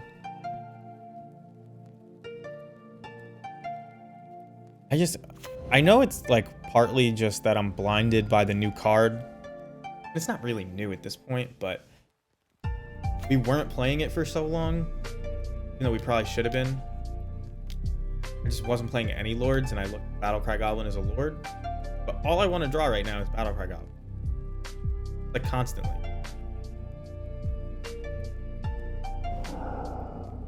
Okay, so they're just straight up escaping Kroxa. I'm gonna discard 4, 1. I actually can use every card in my hand, but this is the best one. I'm gonna discard Skirk Prospector. And even if this is a removal spell, I believe they're dead. I guess they're not dead if they removal spell my Snoop now, like this turn. But they probably don't want to tap out, right? So, well, I guess I just combo them. If they don't have a removal spell for my Snoop right now, so they'd be dead anyway. We can draw whatever we want. They're completely tapped out. And does Battlecry Goblin kill them? And does Sling-Gang Lieutenant kill them? So I vial in Harbinger right now. I draw Battlecry Goblin. I play it. Then I activate it and I deal 2, 4, 6, 9, 12, 13. They block 2 of the 3/3s. They only take 7. So they wouldn't die to that. So I'm not going to do that. I am going to decide my draw step though. And given... Oh, I probably shouldn't have done this in my draw step. Damn. I guess I just... Because now Kroxa attacks and it gets me. I can just kill Kroxa and they can escape it again. That's not good. I have 5 mana, so I need to play everything that I draw here. So I guess I just get Kiki-Jiki, or not Kiki-Jiki. Oh, well, how bad is Kiki-Jiki to get? Kiki-Jiki lets me copy Matron to block and save my Sling-Gang Lieutenant. So maybe let's do that.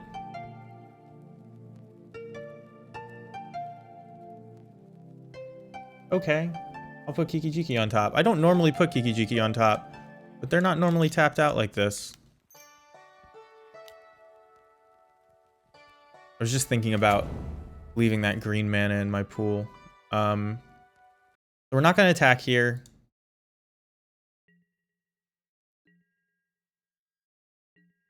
Because I think we have this game kind of sewed up. We'll make a copy of Matron at end step before they can interact. Survives through the next turn. We put something in our hand that we're going to be discarding. It doesn't really matter what it is.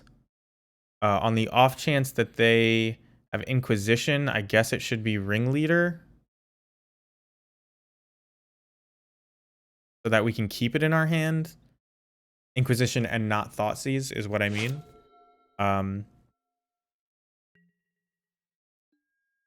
So they can't just wipe out our hand. They swing with Kroxa. I'm going to discard Ringleader because the Sling-Gang is lethal. We'll block with the Matron that's going to die at end of turn no matter what. I don't even... Kroxa doesn't have trample, right? Nope.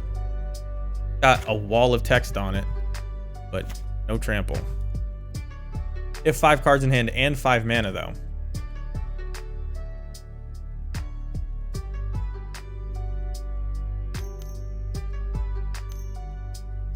Oh no, don't Kozilek's return me.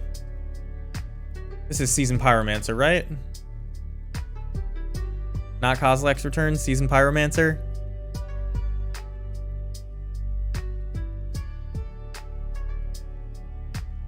Not Kozilek's return, Seasoned Pyromancer? Please. Don't leave me hanging like this. Go to return before combat? Oh, the Kolagons command me? That's painful. I should have just played that Harbinger not at upkeep. I made a mistake. Thought it didn't matter. And here I am. Egg on my face. Now I need to top deck something good. I misplayed hard this game. We took an unlosable game and we threw it in the trash can. I'll tick up. Give me something good. That's good. I suppose I swing first. Nah. Yeah. So 1, 2, 3. And then if that's a removal spell, I need to wait for damage to happen. No, I lose 2 damage. All right, we're just going to attack. I think they're dead. 1, 2, 3. 4, 5, 6, 7.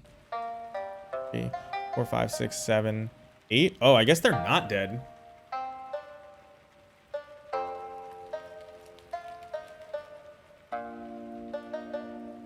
One, 2, 3, 4, 5, 6, 7, 8, 9, 10. No, they are dead.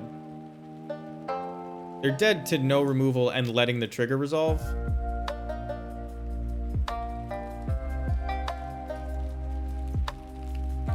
But I don't imagine that's gonna happen. But we won't die. This game is concrete proof that no game is... Are they gonna... What is this? What are you doing? You gonna... What?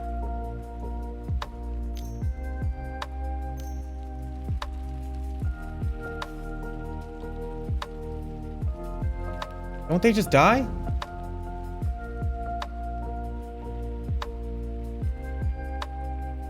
I think I still put it in.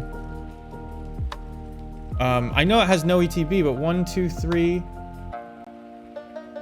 They go to 4, and then I have 4 goblins. They're just dead. I understand there's no sack yet.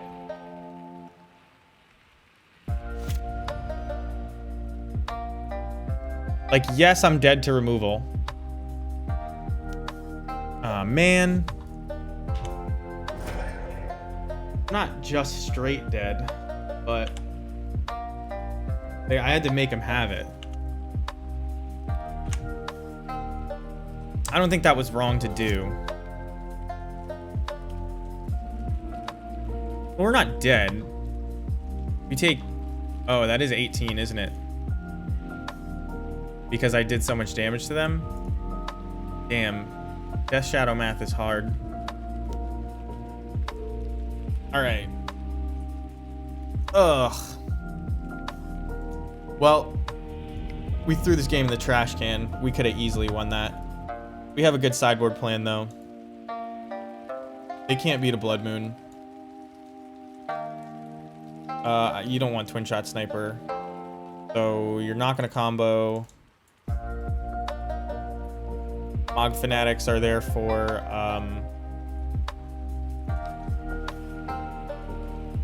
I guess I've just been boarding in 4 cards. I do this. I take out some vials, and I think I've boarding out like 1 Mog War Marshal.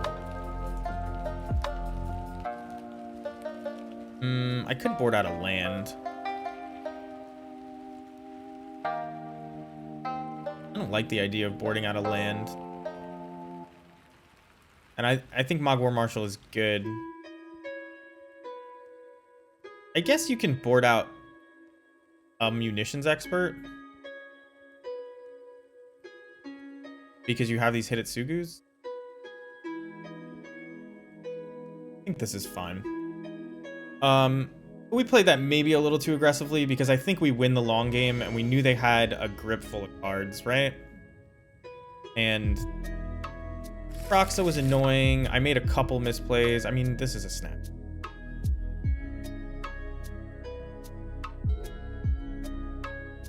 We'll just put this. So, Dress Down is so good. If I wish there was like some kind of counterplay that we had for Dress Down. Ooh, okay. I guess they take the Chalice here. Because the Chalice is like really bad news for them, but the Thoughtseize bug is a real thing. Oh, man, I thought I could summon it. They're gonna know we drew this, but I don't care.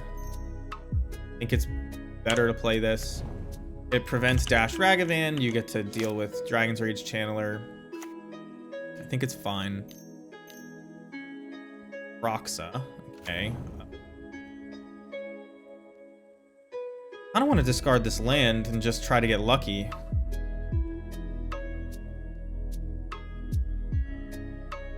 I think that's fine. I think the Munitions Expert is like worth keeping and the Ringleader's worth keeping, and the game's probably gonna go a while.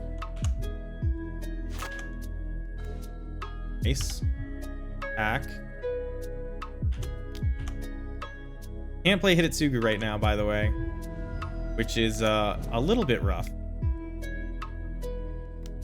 We'll see if we can get another Fnatic off the top. No dikes. Ringleader next turn, uncounterably, gonna be good. Their whole turn is terminate your Snoop so I don't die. Don't mind that. Make blue mana, assert dominance. Make black mana, raise bolus. Can't even see the red mana. This is so annoying. If I was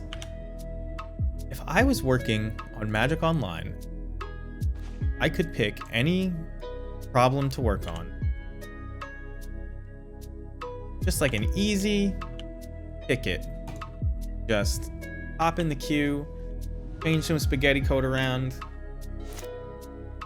Definitely not auto-using uncounterable mana when you've already declared the spell. All you have to do is check the types.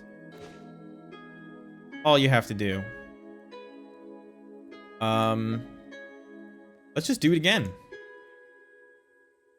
If they like make it so that it's dressed down, who cares? Like, I'm never gonna beat that, right? Although I could just like, yeah, let's do it. Fuck it. They could dress down me, and then I'll have to shock to do it. They draw a card. I don't get to attack with this, but they're gonna be at 8. I have 5 damage in play and a Sling Gang in my hand. Looking pretty good. Okay, they're not gonna be at 8. They're at they're at 10. I have 3 damage in play and a Sling Gang. Not looking as good. Sling Gang is not lethal next turn, unfortunately. Dress down. They must just be playing 4 dress down now, right?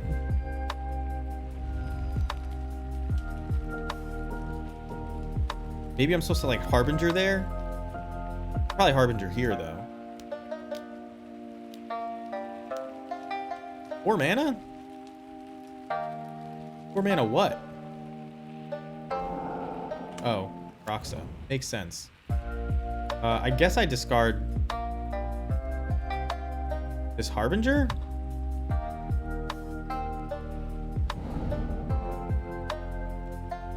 I was gonna play that Harbinger, but man, Croxa has so much pressure just on your hand and the board. I'm gonna save the land so that I can discard it to Croxa. If I can swing, they go to 8, 7, 6, 5, 4, 3. All right, 3's not enough. Virtually 2 with the munitions expert, but this would have to survive. If they swing with the Croxa, I guess they're dead on the crackback, assuming nothing else happens, but this is probably going to be expressive iteration to kill your guy. Or worse.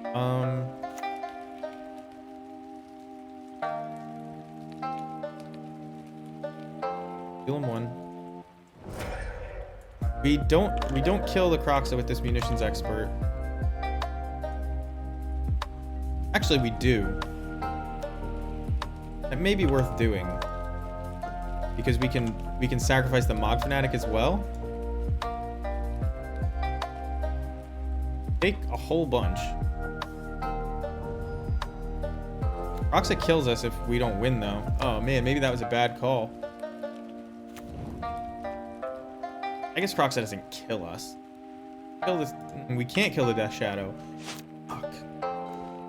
Roxa just does so much. This is why you need like Hitotsugus and stuff. Does a Leyline just destroy them more than it used to now that they're leaning on more Croxas? Or did they just get lucky with these Croxas both games? Hard to tell. Get going, Corey. In a while.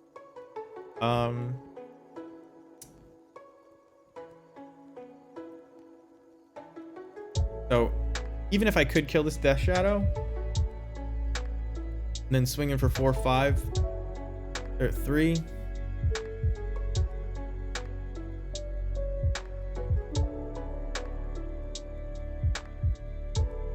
This is rough. I guess I just pass. This is tough.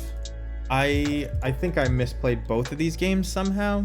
I think that dress down just got so much value, and then Croxa in play is like, it goes into the yard and I kind of just ignore it, and I need to start playing around it better. So they swing Croxa triggers. I'm gonna have to block both of these, and I think that this is the play. They're at 7. That's a 6/6. So let's, I mean, the chances of them having 0 removal spells is almost 0. But they can't buff Death Shadow, but they also can't buff Croxa.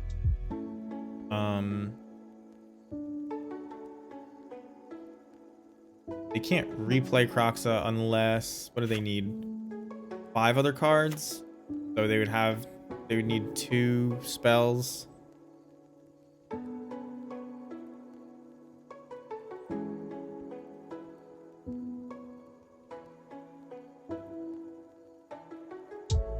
I think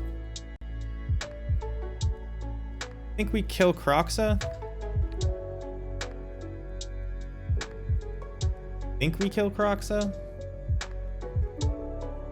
Because the game where they play Croxa over and over, I think this game is not going to go that long. And I don't want to, I want to be able to chump block to drag the game out.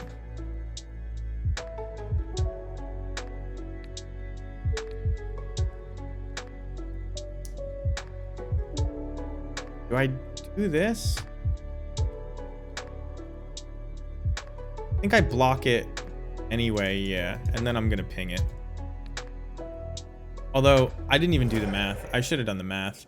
1, 2, 3, 4, 5, 6, 7. They're dead on the crackback, but I needed to chump, so never mind. They're never dead on the crackback there, right? 1, 2, 3, 4, 5. Yeah. They would be at 1. Aito. Yeah.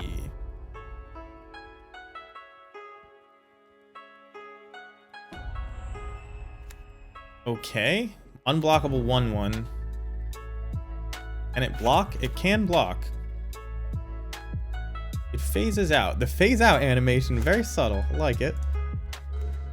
Matron. Does Matron win? It should. So I attack 1, 2, 3. So 4, 5. If this is dress down, I can't win, right? Let's check if it's dress down right now.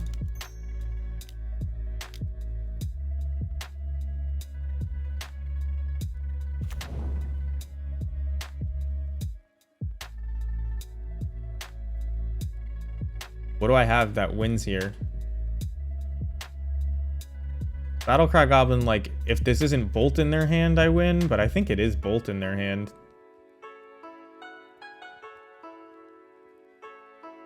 So does Mog Fanatic win? 1, 2, 3, 4, 5, 6? No. It would if I had saved the Mog Fanatic, though.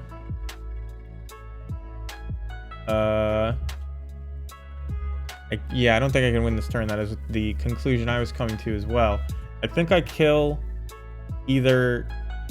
I kill Death Shadow or the Unblockable. I can chump the Death Shadow, so I think I kill the Unblockable. So...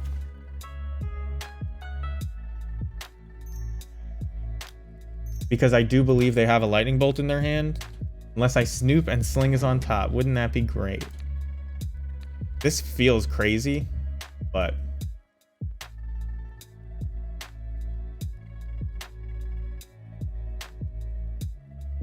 I mean, you don't make that unblockable token unless you mean it, right? So they could have up to 3 removal spells.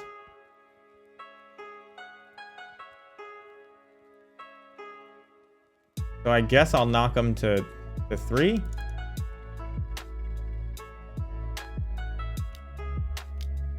All right, so they drown on the lock, the ringleader. They go to 5. I have 3 chump blockers. Maybe I should have attacked with the other token.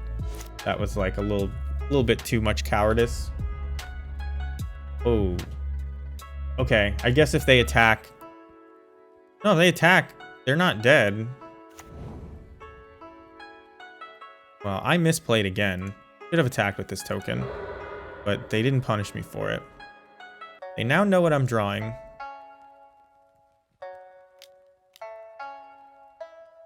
Oh, they can just Croxa again? Fuck. Why wouldn't they attack first then? Oh, they needed the thing? No, they didn't even need it.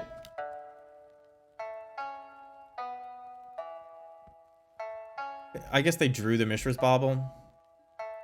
Kaito is very good. Man, that Croxa is painful.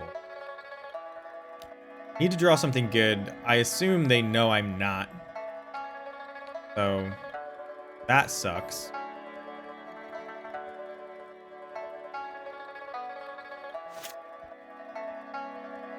What is it? Oh. If this was Hidetsugu instead of Blood Moon. This was any of the cards we boarded out instead of Blood Moon. Except Boggart Harbinger, I suppose. I mean, I guess this means I'm not dead. I get to discard Blood Moon. I chump twice. Then my outs are like only Sling Gang.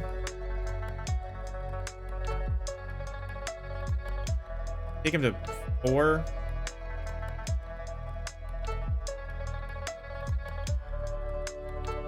They're gonna draw 2.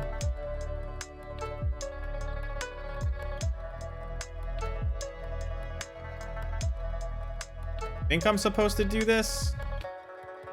I'm gonna err on the side of being more aggressive now because I made a stupid play earlier.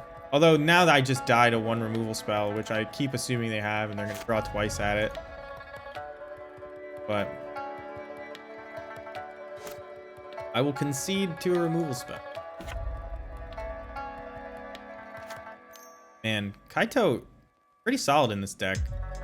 Luris, Luris meaning that Kaito can see play.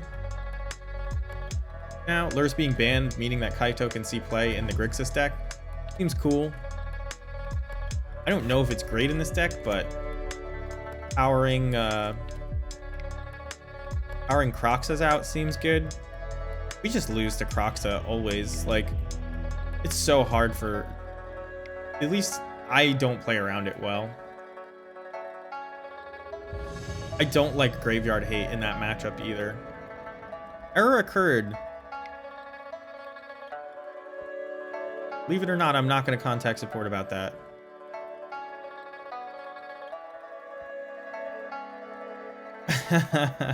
Got jackhammered by Titan twice. That sucks. We are as fast in the average game and more consistent, but they can turn to us. Yes, it's rough.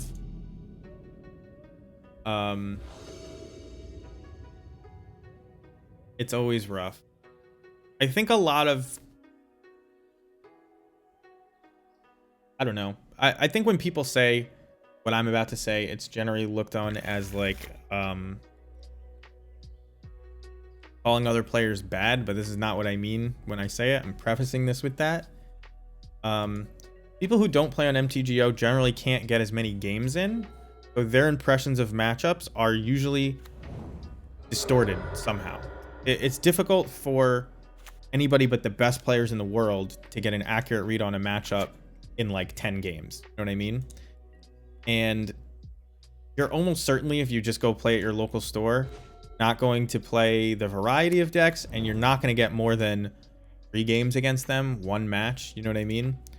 And you do that, even if you do that four times a month, you know, once a week, you go to your Modern Night, you play 3 random games. It just can't, it doesn't compare to the guy who sat there for 4 hours on Magic Online and did 3 weeks worth of work in, you know, 4 hours. Yeah, it's not so much the local meta. That's what I mean. I think people, they default to saying, yeah, but that's your local meta, and like it implies that the players at your local game store are bad. You know what I mean? Like, there were Pro Tour players at my game, so there's Pro Tour players at most game stores, I would bet. And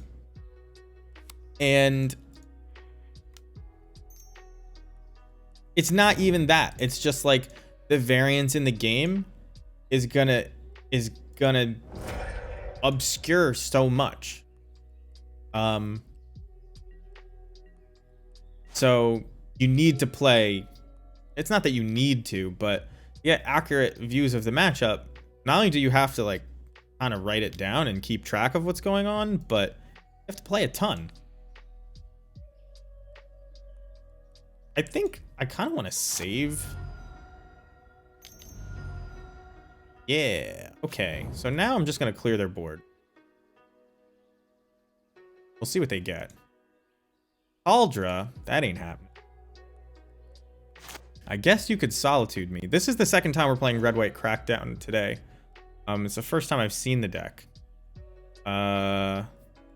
Let's just Munitions Expert. So, like, I'm calling it Red-White Crackdown because it's just, like, more of a Stoneforge deck. I haven't seen Sagardazade or Colossus Hammer out of it. That doesn't mean they don't play them.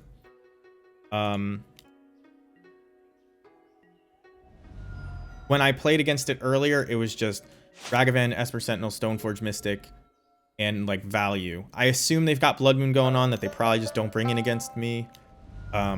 This might just be like Mike's Javier deck, but I didn't see any Javiers from it. Oh man, does this mean I'm gonna kill Esper Sentinel? I think I'll take 1 from it. I don't really care about it. I don't have any non-creature spells except Bile. I can block it forever. That's a pretty good draw too. So let's see if we want to shuffle, and if we do want to shuffle, then this Mod War Marshal will be fantastic. Don't want to shuffle. So if I can avoid it, I am not shuffling. This is the exact type of matchup that Battlecry Goblin shines in. This in control. But yeah, so like there's all these explanations, like, you know, why the local meta isn't as good a predictor. Like, is it skill? Is it other stuff? But I think it's just like sheer number of games. And so like you play, maybe you're playing against a worse player, but maybe you're playing against a better player, but you just happen to win. You know what I mean? And now you're like, no, this is a good matchup. I've played it. I won it, and I did well in that tournament because I beat it. You know what I mean? And it distorts people's view of what's really going on. Can we just kill them? No. Next turn, maybe. We can't let anything get equipped. I'm gonna swing with this. They play Path to Exile. I'm gonna swing with this Snoop. Because we need their life total just a little bit lower.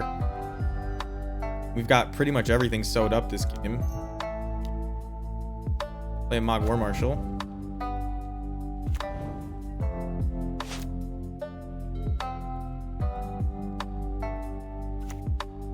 Like, for example, and this is not to rag on this specific person, if you even know who I'm talking about. I'm not going to mention their name. I was talking in the Discord and somebody was saying that, guess we just kill this. We don't have to. We can expert it.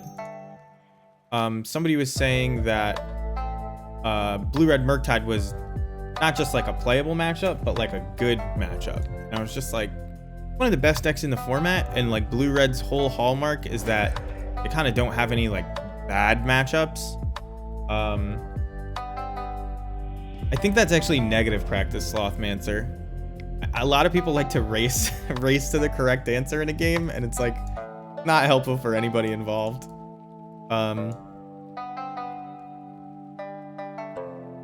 Because it makes the person like beating away the landmines like play a little bit worse, because they have to, now they're like, all right, I have to play fast before somebody tries to put the line in chat. I don't actually think Chalice, well, they play a ton of 1-drops. I think these are all great here. We don't need to combo to win. I want to block. I could just take out these Aether Vials. Take out a land. And then maybe just play 1 Chalice. We're in the draw, so Chalice is worse. Maybe on the play, we play all of this stuff plus the land. I'm willing to do this. I don't know if it's right. I already bought your followers, and I still don't have enough. That's not true.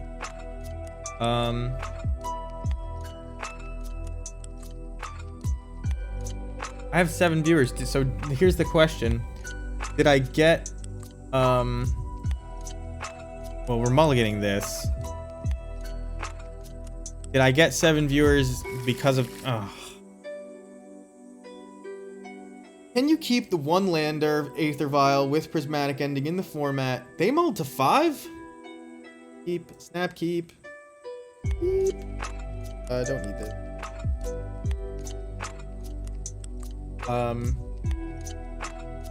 Mark cuts my checks to watch this stream. Get the yellow bird? Oh, I gotta go get the yellow bird.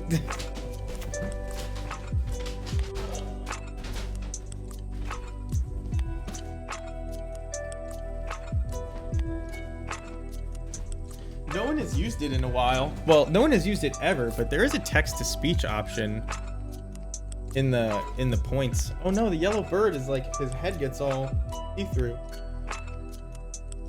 End of the meta. Alright, well,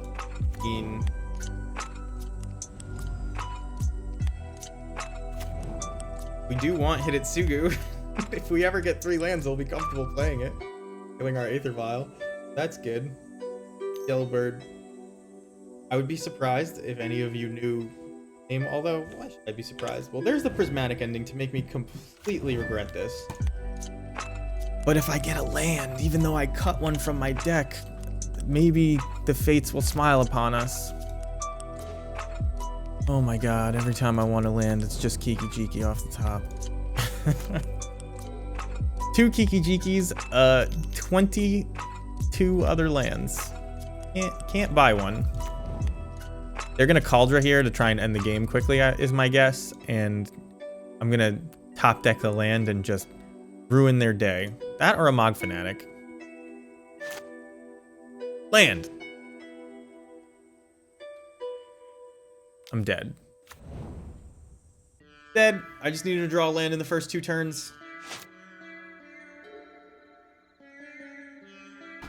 I could still theoretically win if they don't have removal for Snoop and I tick this vial up, but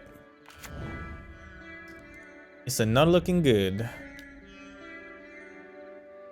We don't have answers to Cauldra basically anywhere in the 75, but usually you just kill the Stoneforge and it doesn't matter. Not today.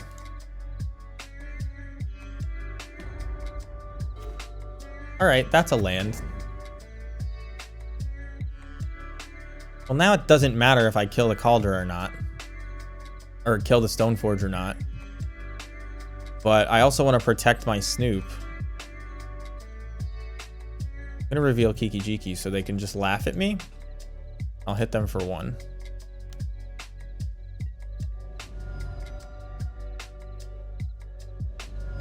Kiki on top, Sling Gang under. Oh no, don't say that. You just one-time dealered when I didn't play the Kiki. When I didn't play the Snoop. Oh no.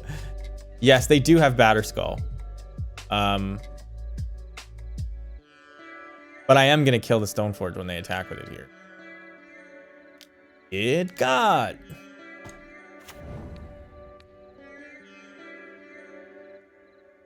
I kind of.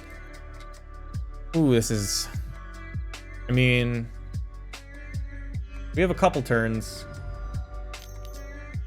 And they didn't keep as bad a hand as I did. Oof. All right, so that actually kills us.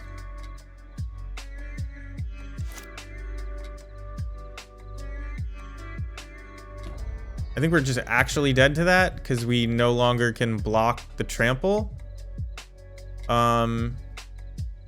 We can play Hidetsugu, but it doesn't actually kill the token because the token is indestructible, not just the equipment, which is kind of dumb.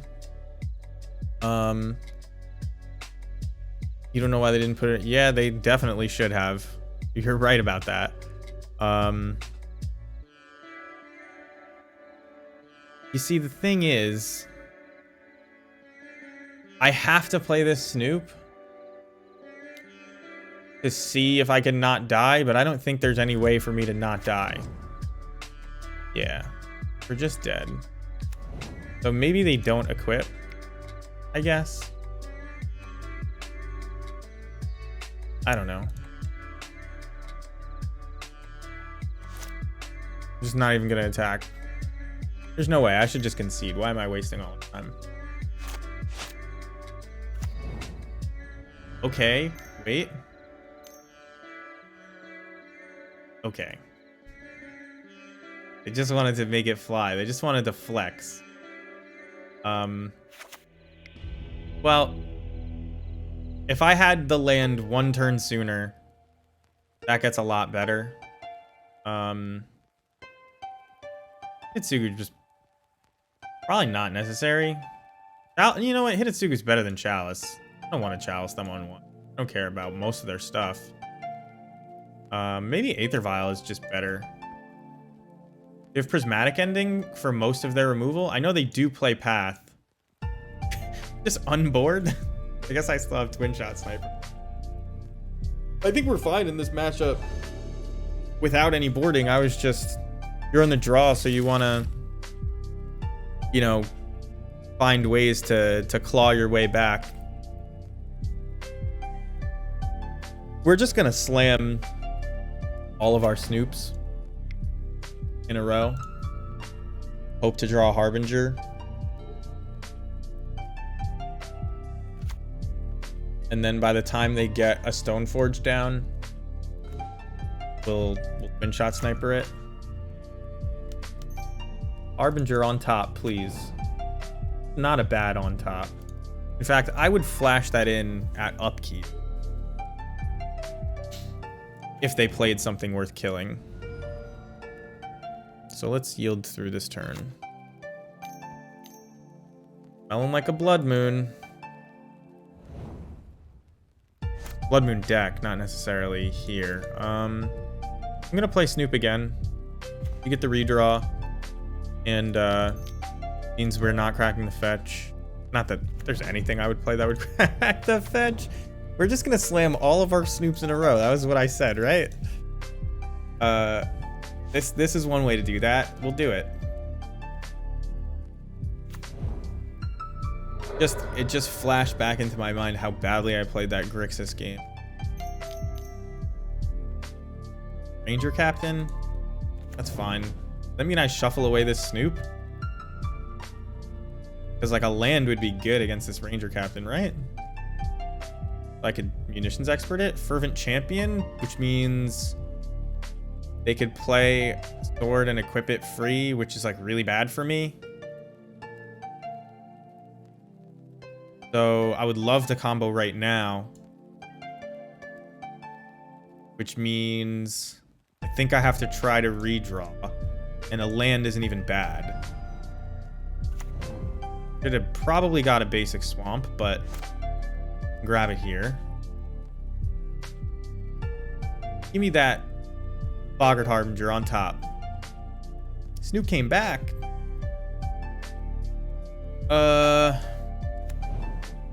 Oh, I redrew it once. Let's redraw it again.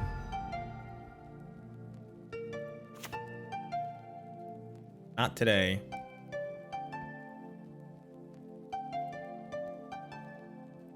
So do I like hold up twin shot sniper? They're clearly gonna try to play an equip. I kind of want to hold up both, but that seems excessive, right? But like, I don't care about this 3-3.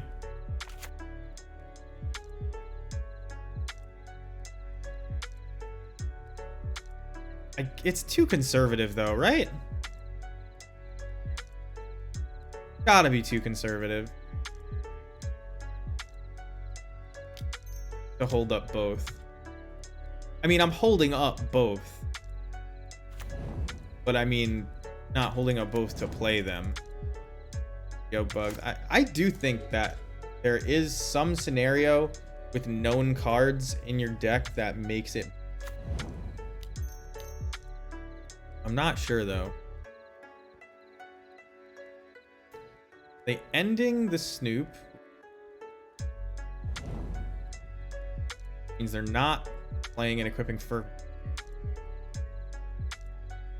They're aware that I'm aware. That's a good.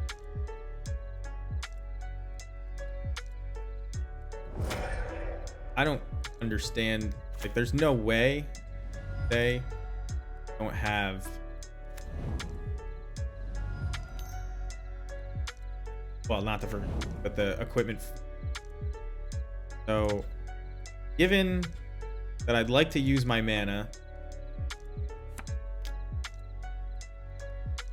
and I'd like to do something.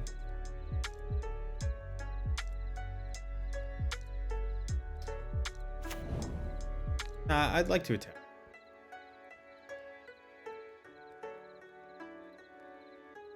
I can't play this ringleader yet. I need to. Now, next turn they can play and equip. Oh, I fucked up. They can play a sword and equip it on this ranger captain. I'm just screwed, which means I can't play for that anymore. So I used the wrong one. I should have twin shot snipered it. I didn't count their lands.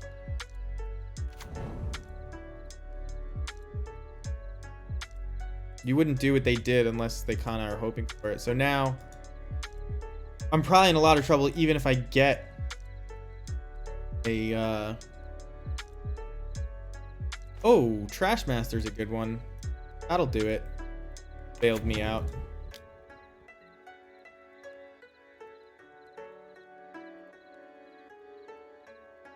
I get to kill one of my things, but I have a Trash Master.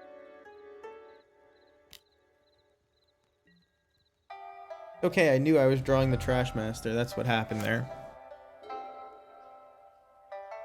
That's what happened. Sacrifice. Sword of Fire and Ice. Whip. Swing. Okay, no?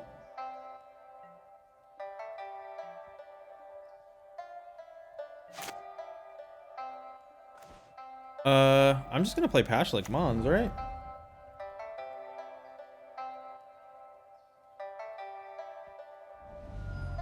No, I haven't liked Twin Shot. It's been bad almost every time I've played it. I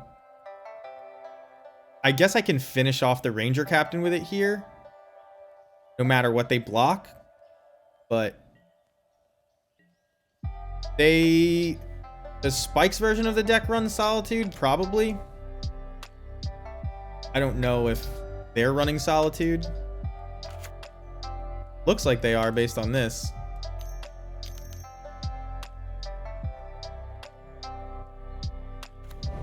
So, depending on what they block and where, that will determine where I put the Twin Shot Sniper's damage. I don't really care about the lifelink.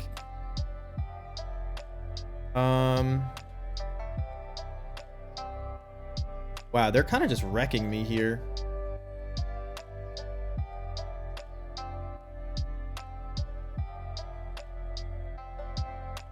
I let it happen because channeling doesn't do anything except save a 2/2 at best. This means they're probably playing Ephemerate.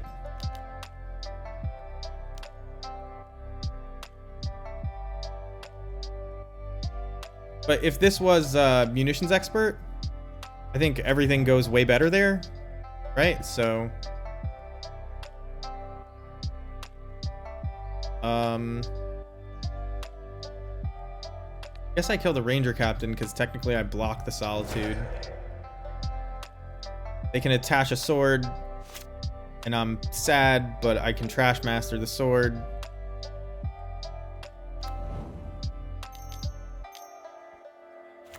Another Ranger Captain. The 3/3s are a little bit tough. Spike's version will always run a Wear Tear. You don't have to ask that question.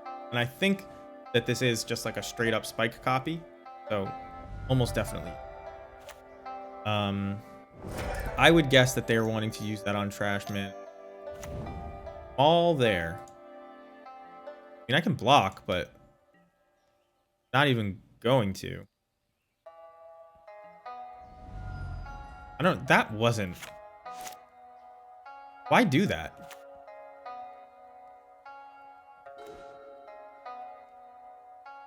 I guess we see what's on top first.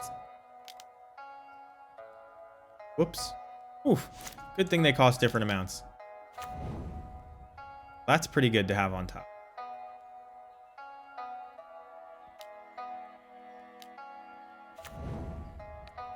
Snoop is just incredible.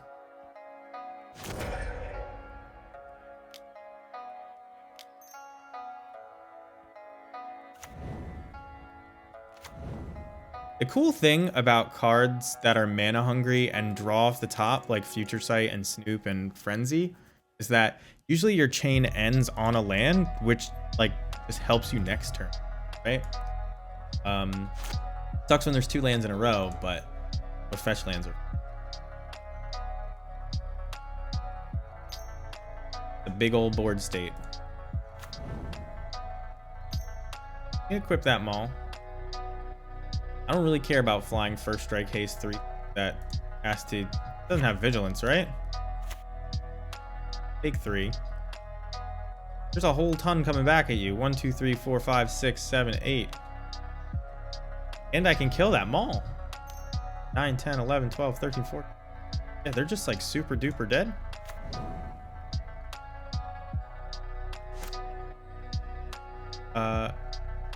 Not paying Echo. I can play both of these. In a turn. Not drawing off the top because I believe them to be dead. This is like a more conservative play.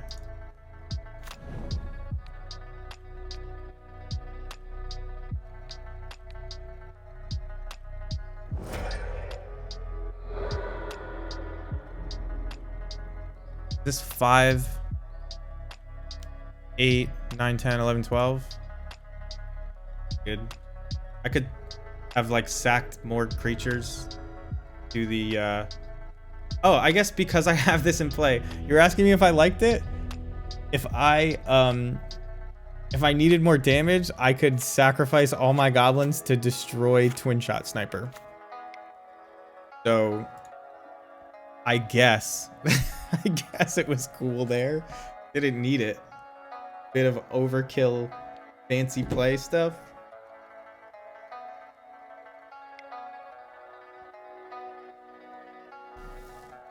Only lost to Grixis. Somebody told me Grixis was an easy matchup, so. Honestly, Croxa just... Your whole board plan needs to be centered around Croxa. Not anything else, just Croxa. Which I think means Hitotsugu is great.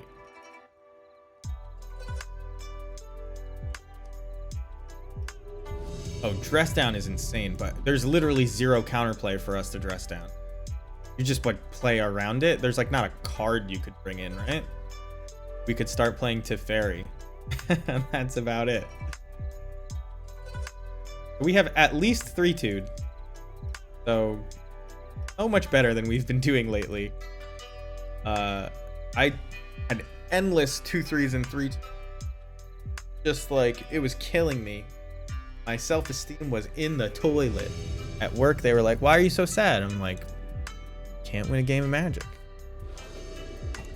And they were like, but you're the president of a very successful company. And you make millions of dollars a year. Why would Magic upset you? I had to tell them they didn't understand. They didn't know what it meant to be a gamer.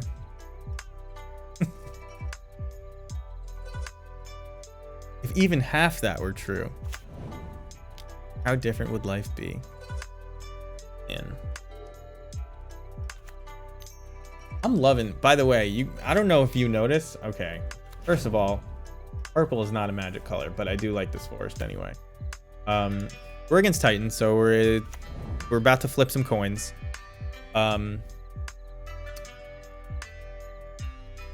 Real talk, the meta seems pretty good, but it's mostly because people don't know what to do, and Luris is gone, so had it the whole time. Get out your Hadits, boys. We had it the whole time. For those of you with the premium Hadits, you wouldn't get it. I just bought a... You mean one Luris? Actually, by the way, I played Rogues. So when I was first looking at streaming, I was like, maybe I'll play Standard before realizing nobody played. Oh, I sold it. All right, I sold it a couple weeks ago to buy Den of the Bugbear, which has plummeted in price since I bought it, but that's not a big deal. That happens. Okay. So here's the conundrum. I have the third land, and a turn 4 combo is probably faster than I'm gonna find this thing again. So I think I just hit no. And then, I mean, what could I do if I hit yes? Yeah, I think I just hit no. I think I just have to draw this. They got me there. You got me. You cacked off a land. You knew I needed it. If I had it in hand, they were dead. Now they know I don't have it in hand. But that's not that big a deal.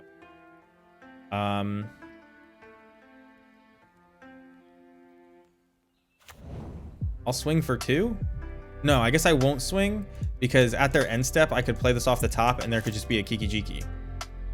So we'll see. You can also, I did it the other day against what I think was just a new Titan player. I like Kiki comboed halfway to kill a Titan. Like I just made a bunch of like I didn't have the way to kill them, so I made a bunch of copies, and then they're dead, right? Unless they have another Boseiju and a legendary creature. Nah, they're just dead. They're hoping I don't have the third land, but watch me draw the third land. Doesn't matter.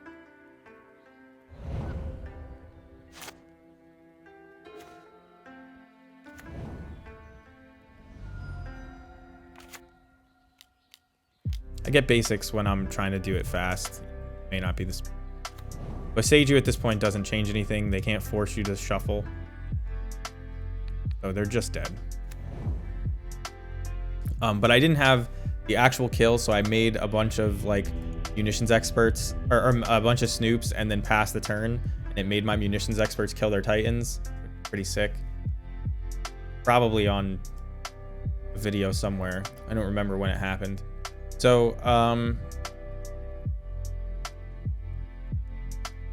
turn 3 hit at Sugu, probably not good enough, right? Chalice on 1, probably too slow. I mean, almost definitely too slow. But like, Crash Master's probably not good enough either, right? So, or probably too slow as well. Like, why is Trashmaster in? Is there some... I mean, Fanatics, you keep in all your vials, even though they're slow, because... I just don't want this. Because you can mulligan lower.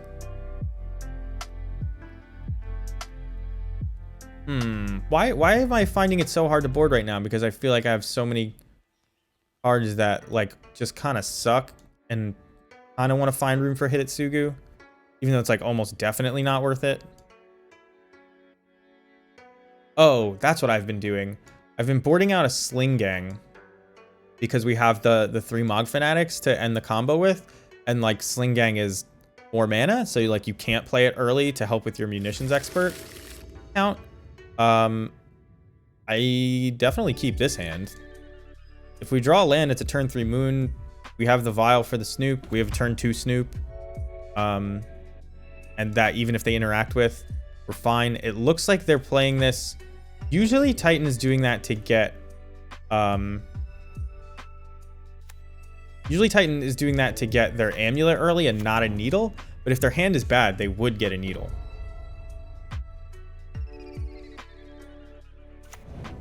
They're likely going to grab an Amulet and just win.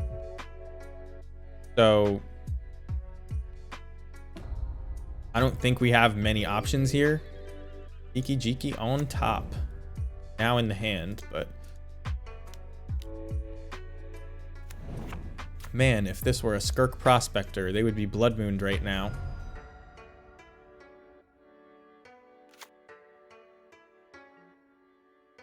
So they are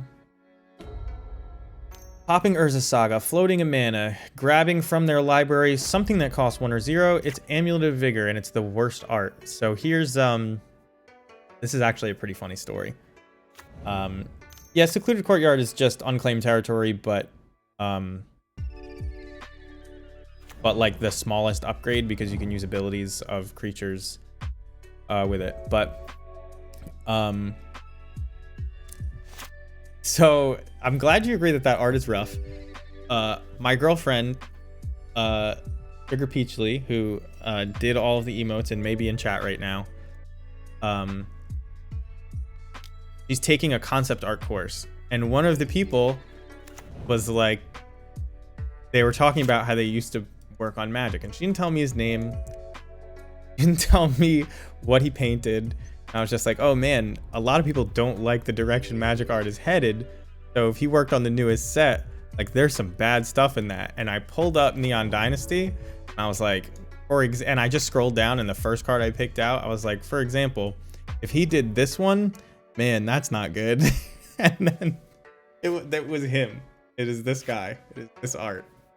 Eric Wilkinson. He did that lady with the big fist. And it does not look good, my opinion, and I'm sure many others. We're just gonna Blood Moon. The timestamps make it so that and it was him, the person who might be her mentor. So this is Boseiju. That's interesting. So they can Boseiju this Blood Moon, and then I get a shuffle, which, well, it won't end the game, but it may get me closer to may get me closer to comboing. Wishing I had a Munitions Expert in my hand to kill this Dryad. We are almost definitely dead here. I can't imagine not being dead. There's 4.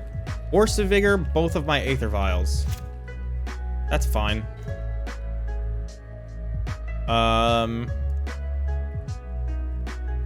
guess I'm just gonna Ringleader instead of Kiki. I don't think Kiki does anything.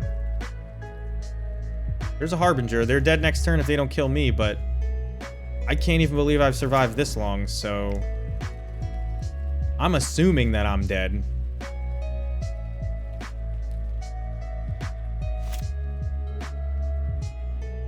It's just this style is like completely uninspiring, and this is better than his other stuff. Don't like it.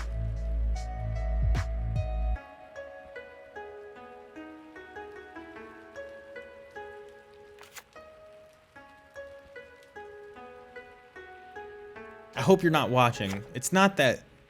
I hope Eric Wilkerson, if you're watching, and you come across this. It's not what I want. I'm sure somebody likes it. Just because I don't like your art doesn't mean your art is necessarily bad. I think that they're giving me more shuffles, but it doesn't. All right, they concede because they know they're dead to the Boggart Harbinger in my hand. All right, so 4-1, second 4-1 today. 4-1 off stream. I showed it at the beginning. 4-1 again.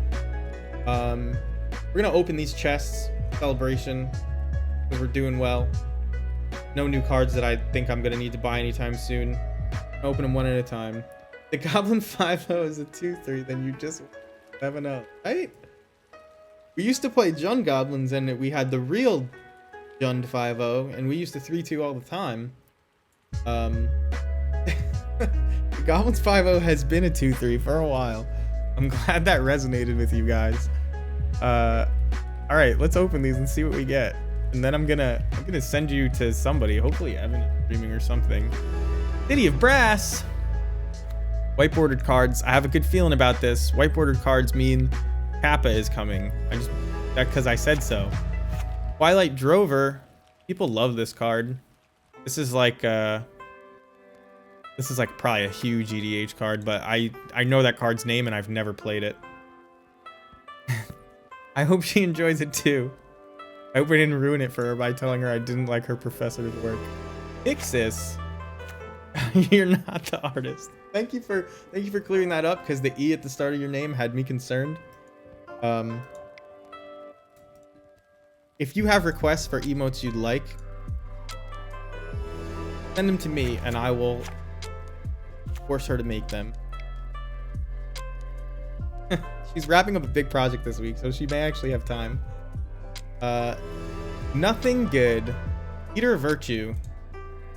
People are claiming this is good in Pioneer Scissors. I don't know. Card is like the ultimate fair card. Kind of like this card, but it's like, do you remember Blind Obedience?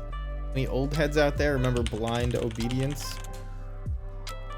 Remember, so if you play during Turn to Ravnica? Oh, I mean other products. Blind Obedience.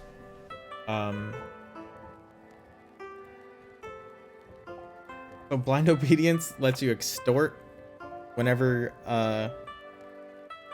you cast a spell, and there's like all of these white enchantments that to me just look like reimagined Blind Obediences. That's one of them. Bad though, because like you would cast a kill spell and just drain them for one, and you just do over and over and over again. It was a ton of fun. Anyway, who is streaming Magic the Gathering right now that we like to watch? Only gonna send you somewhere playing Magic the Gathering. That it would be a very different story. That's Asmongold. I'm only gonna send you somewhere that is playing Magic the Gathering, that is a smaller streamer that I enjoy watching.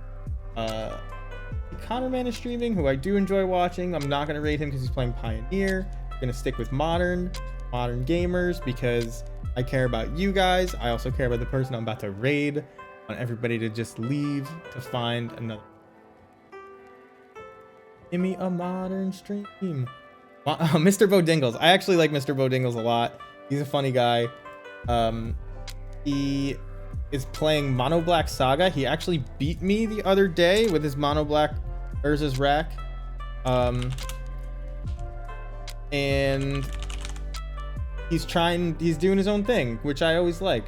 There's no numbers, right? It's just Mr. Bodingles. Yeah. So enjoy that. I'll be there for at least a little bit. Modern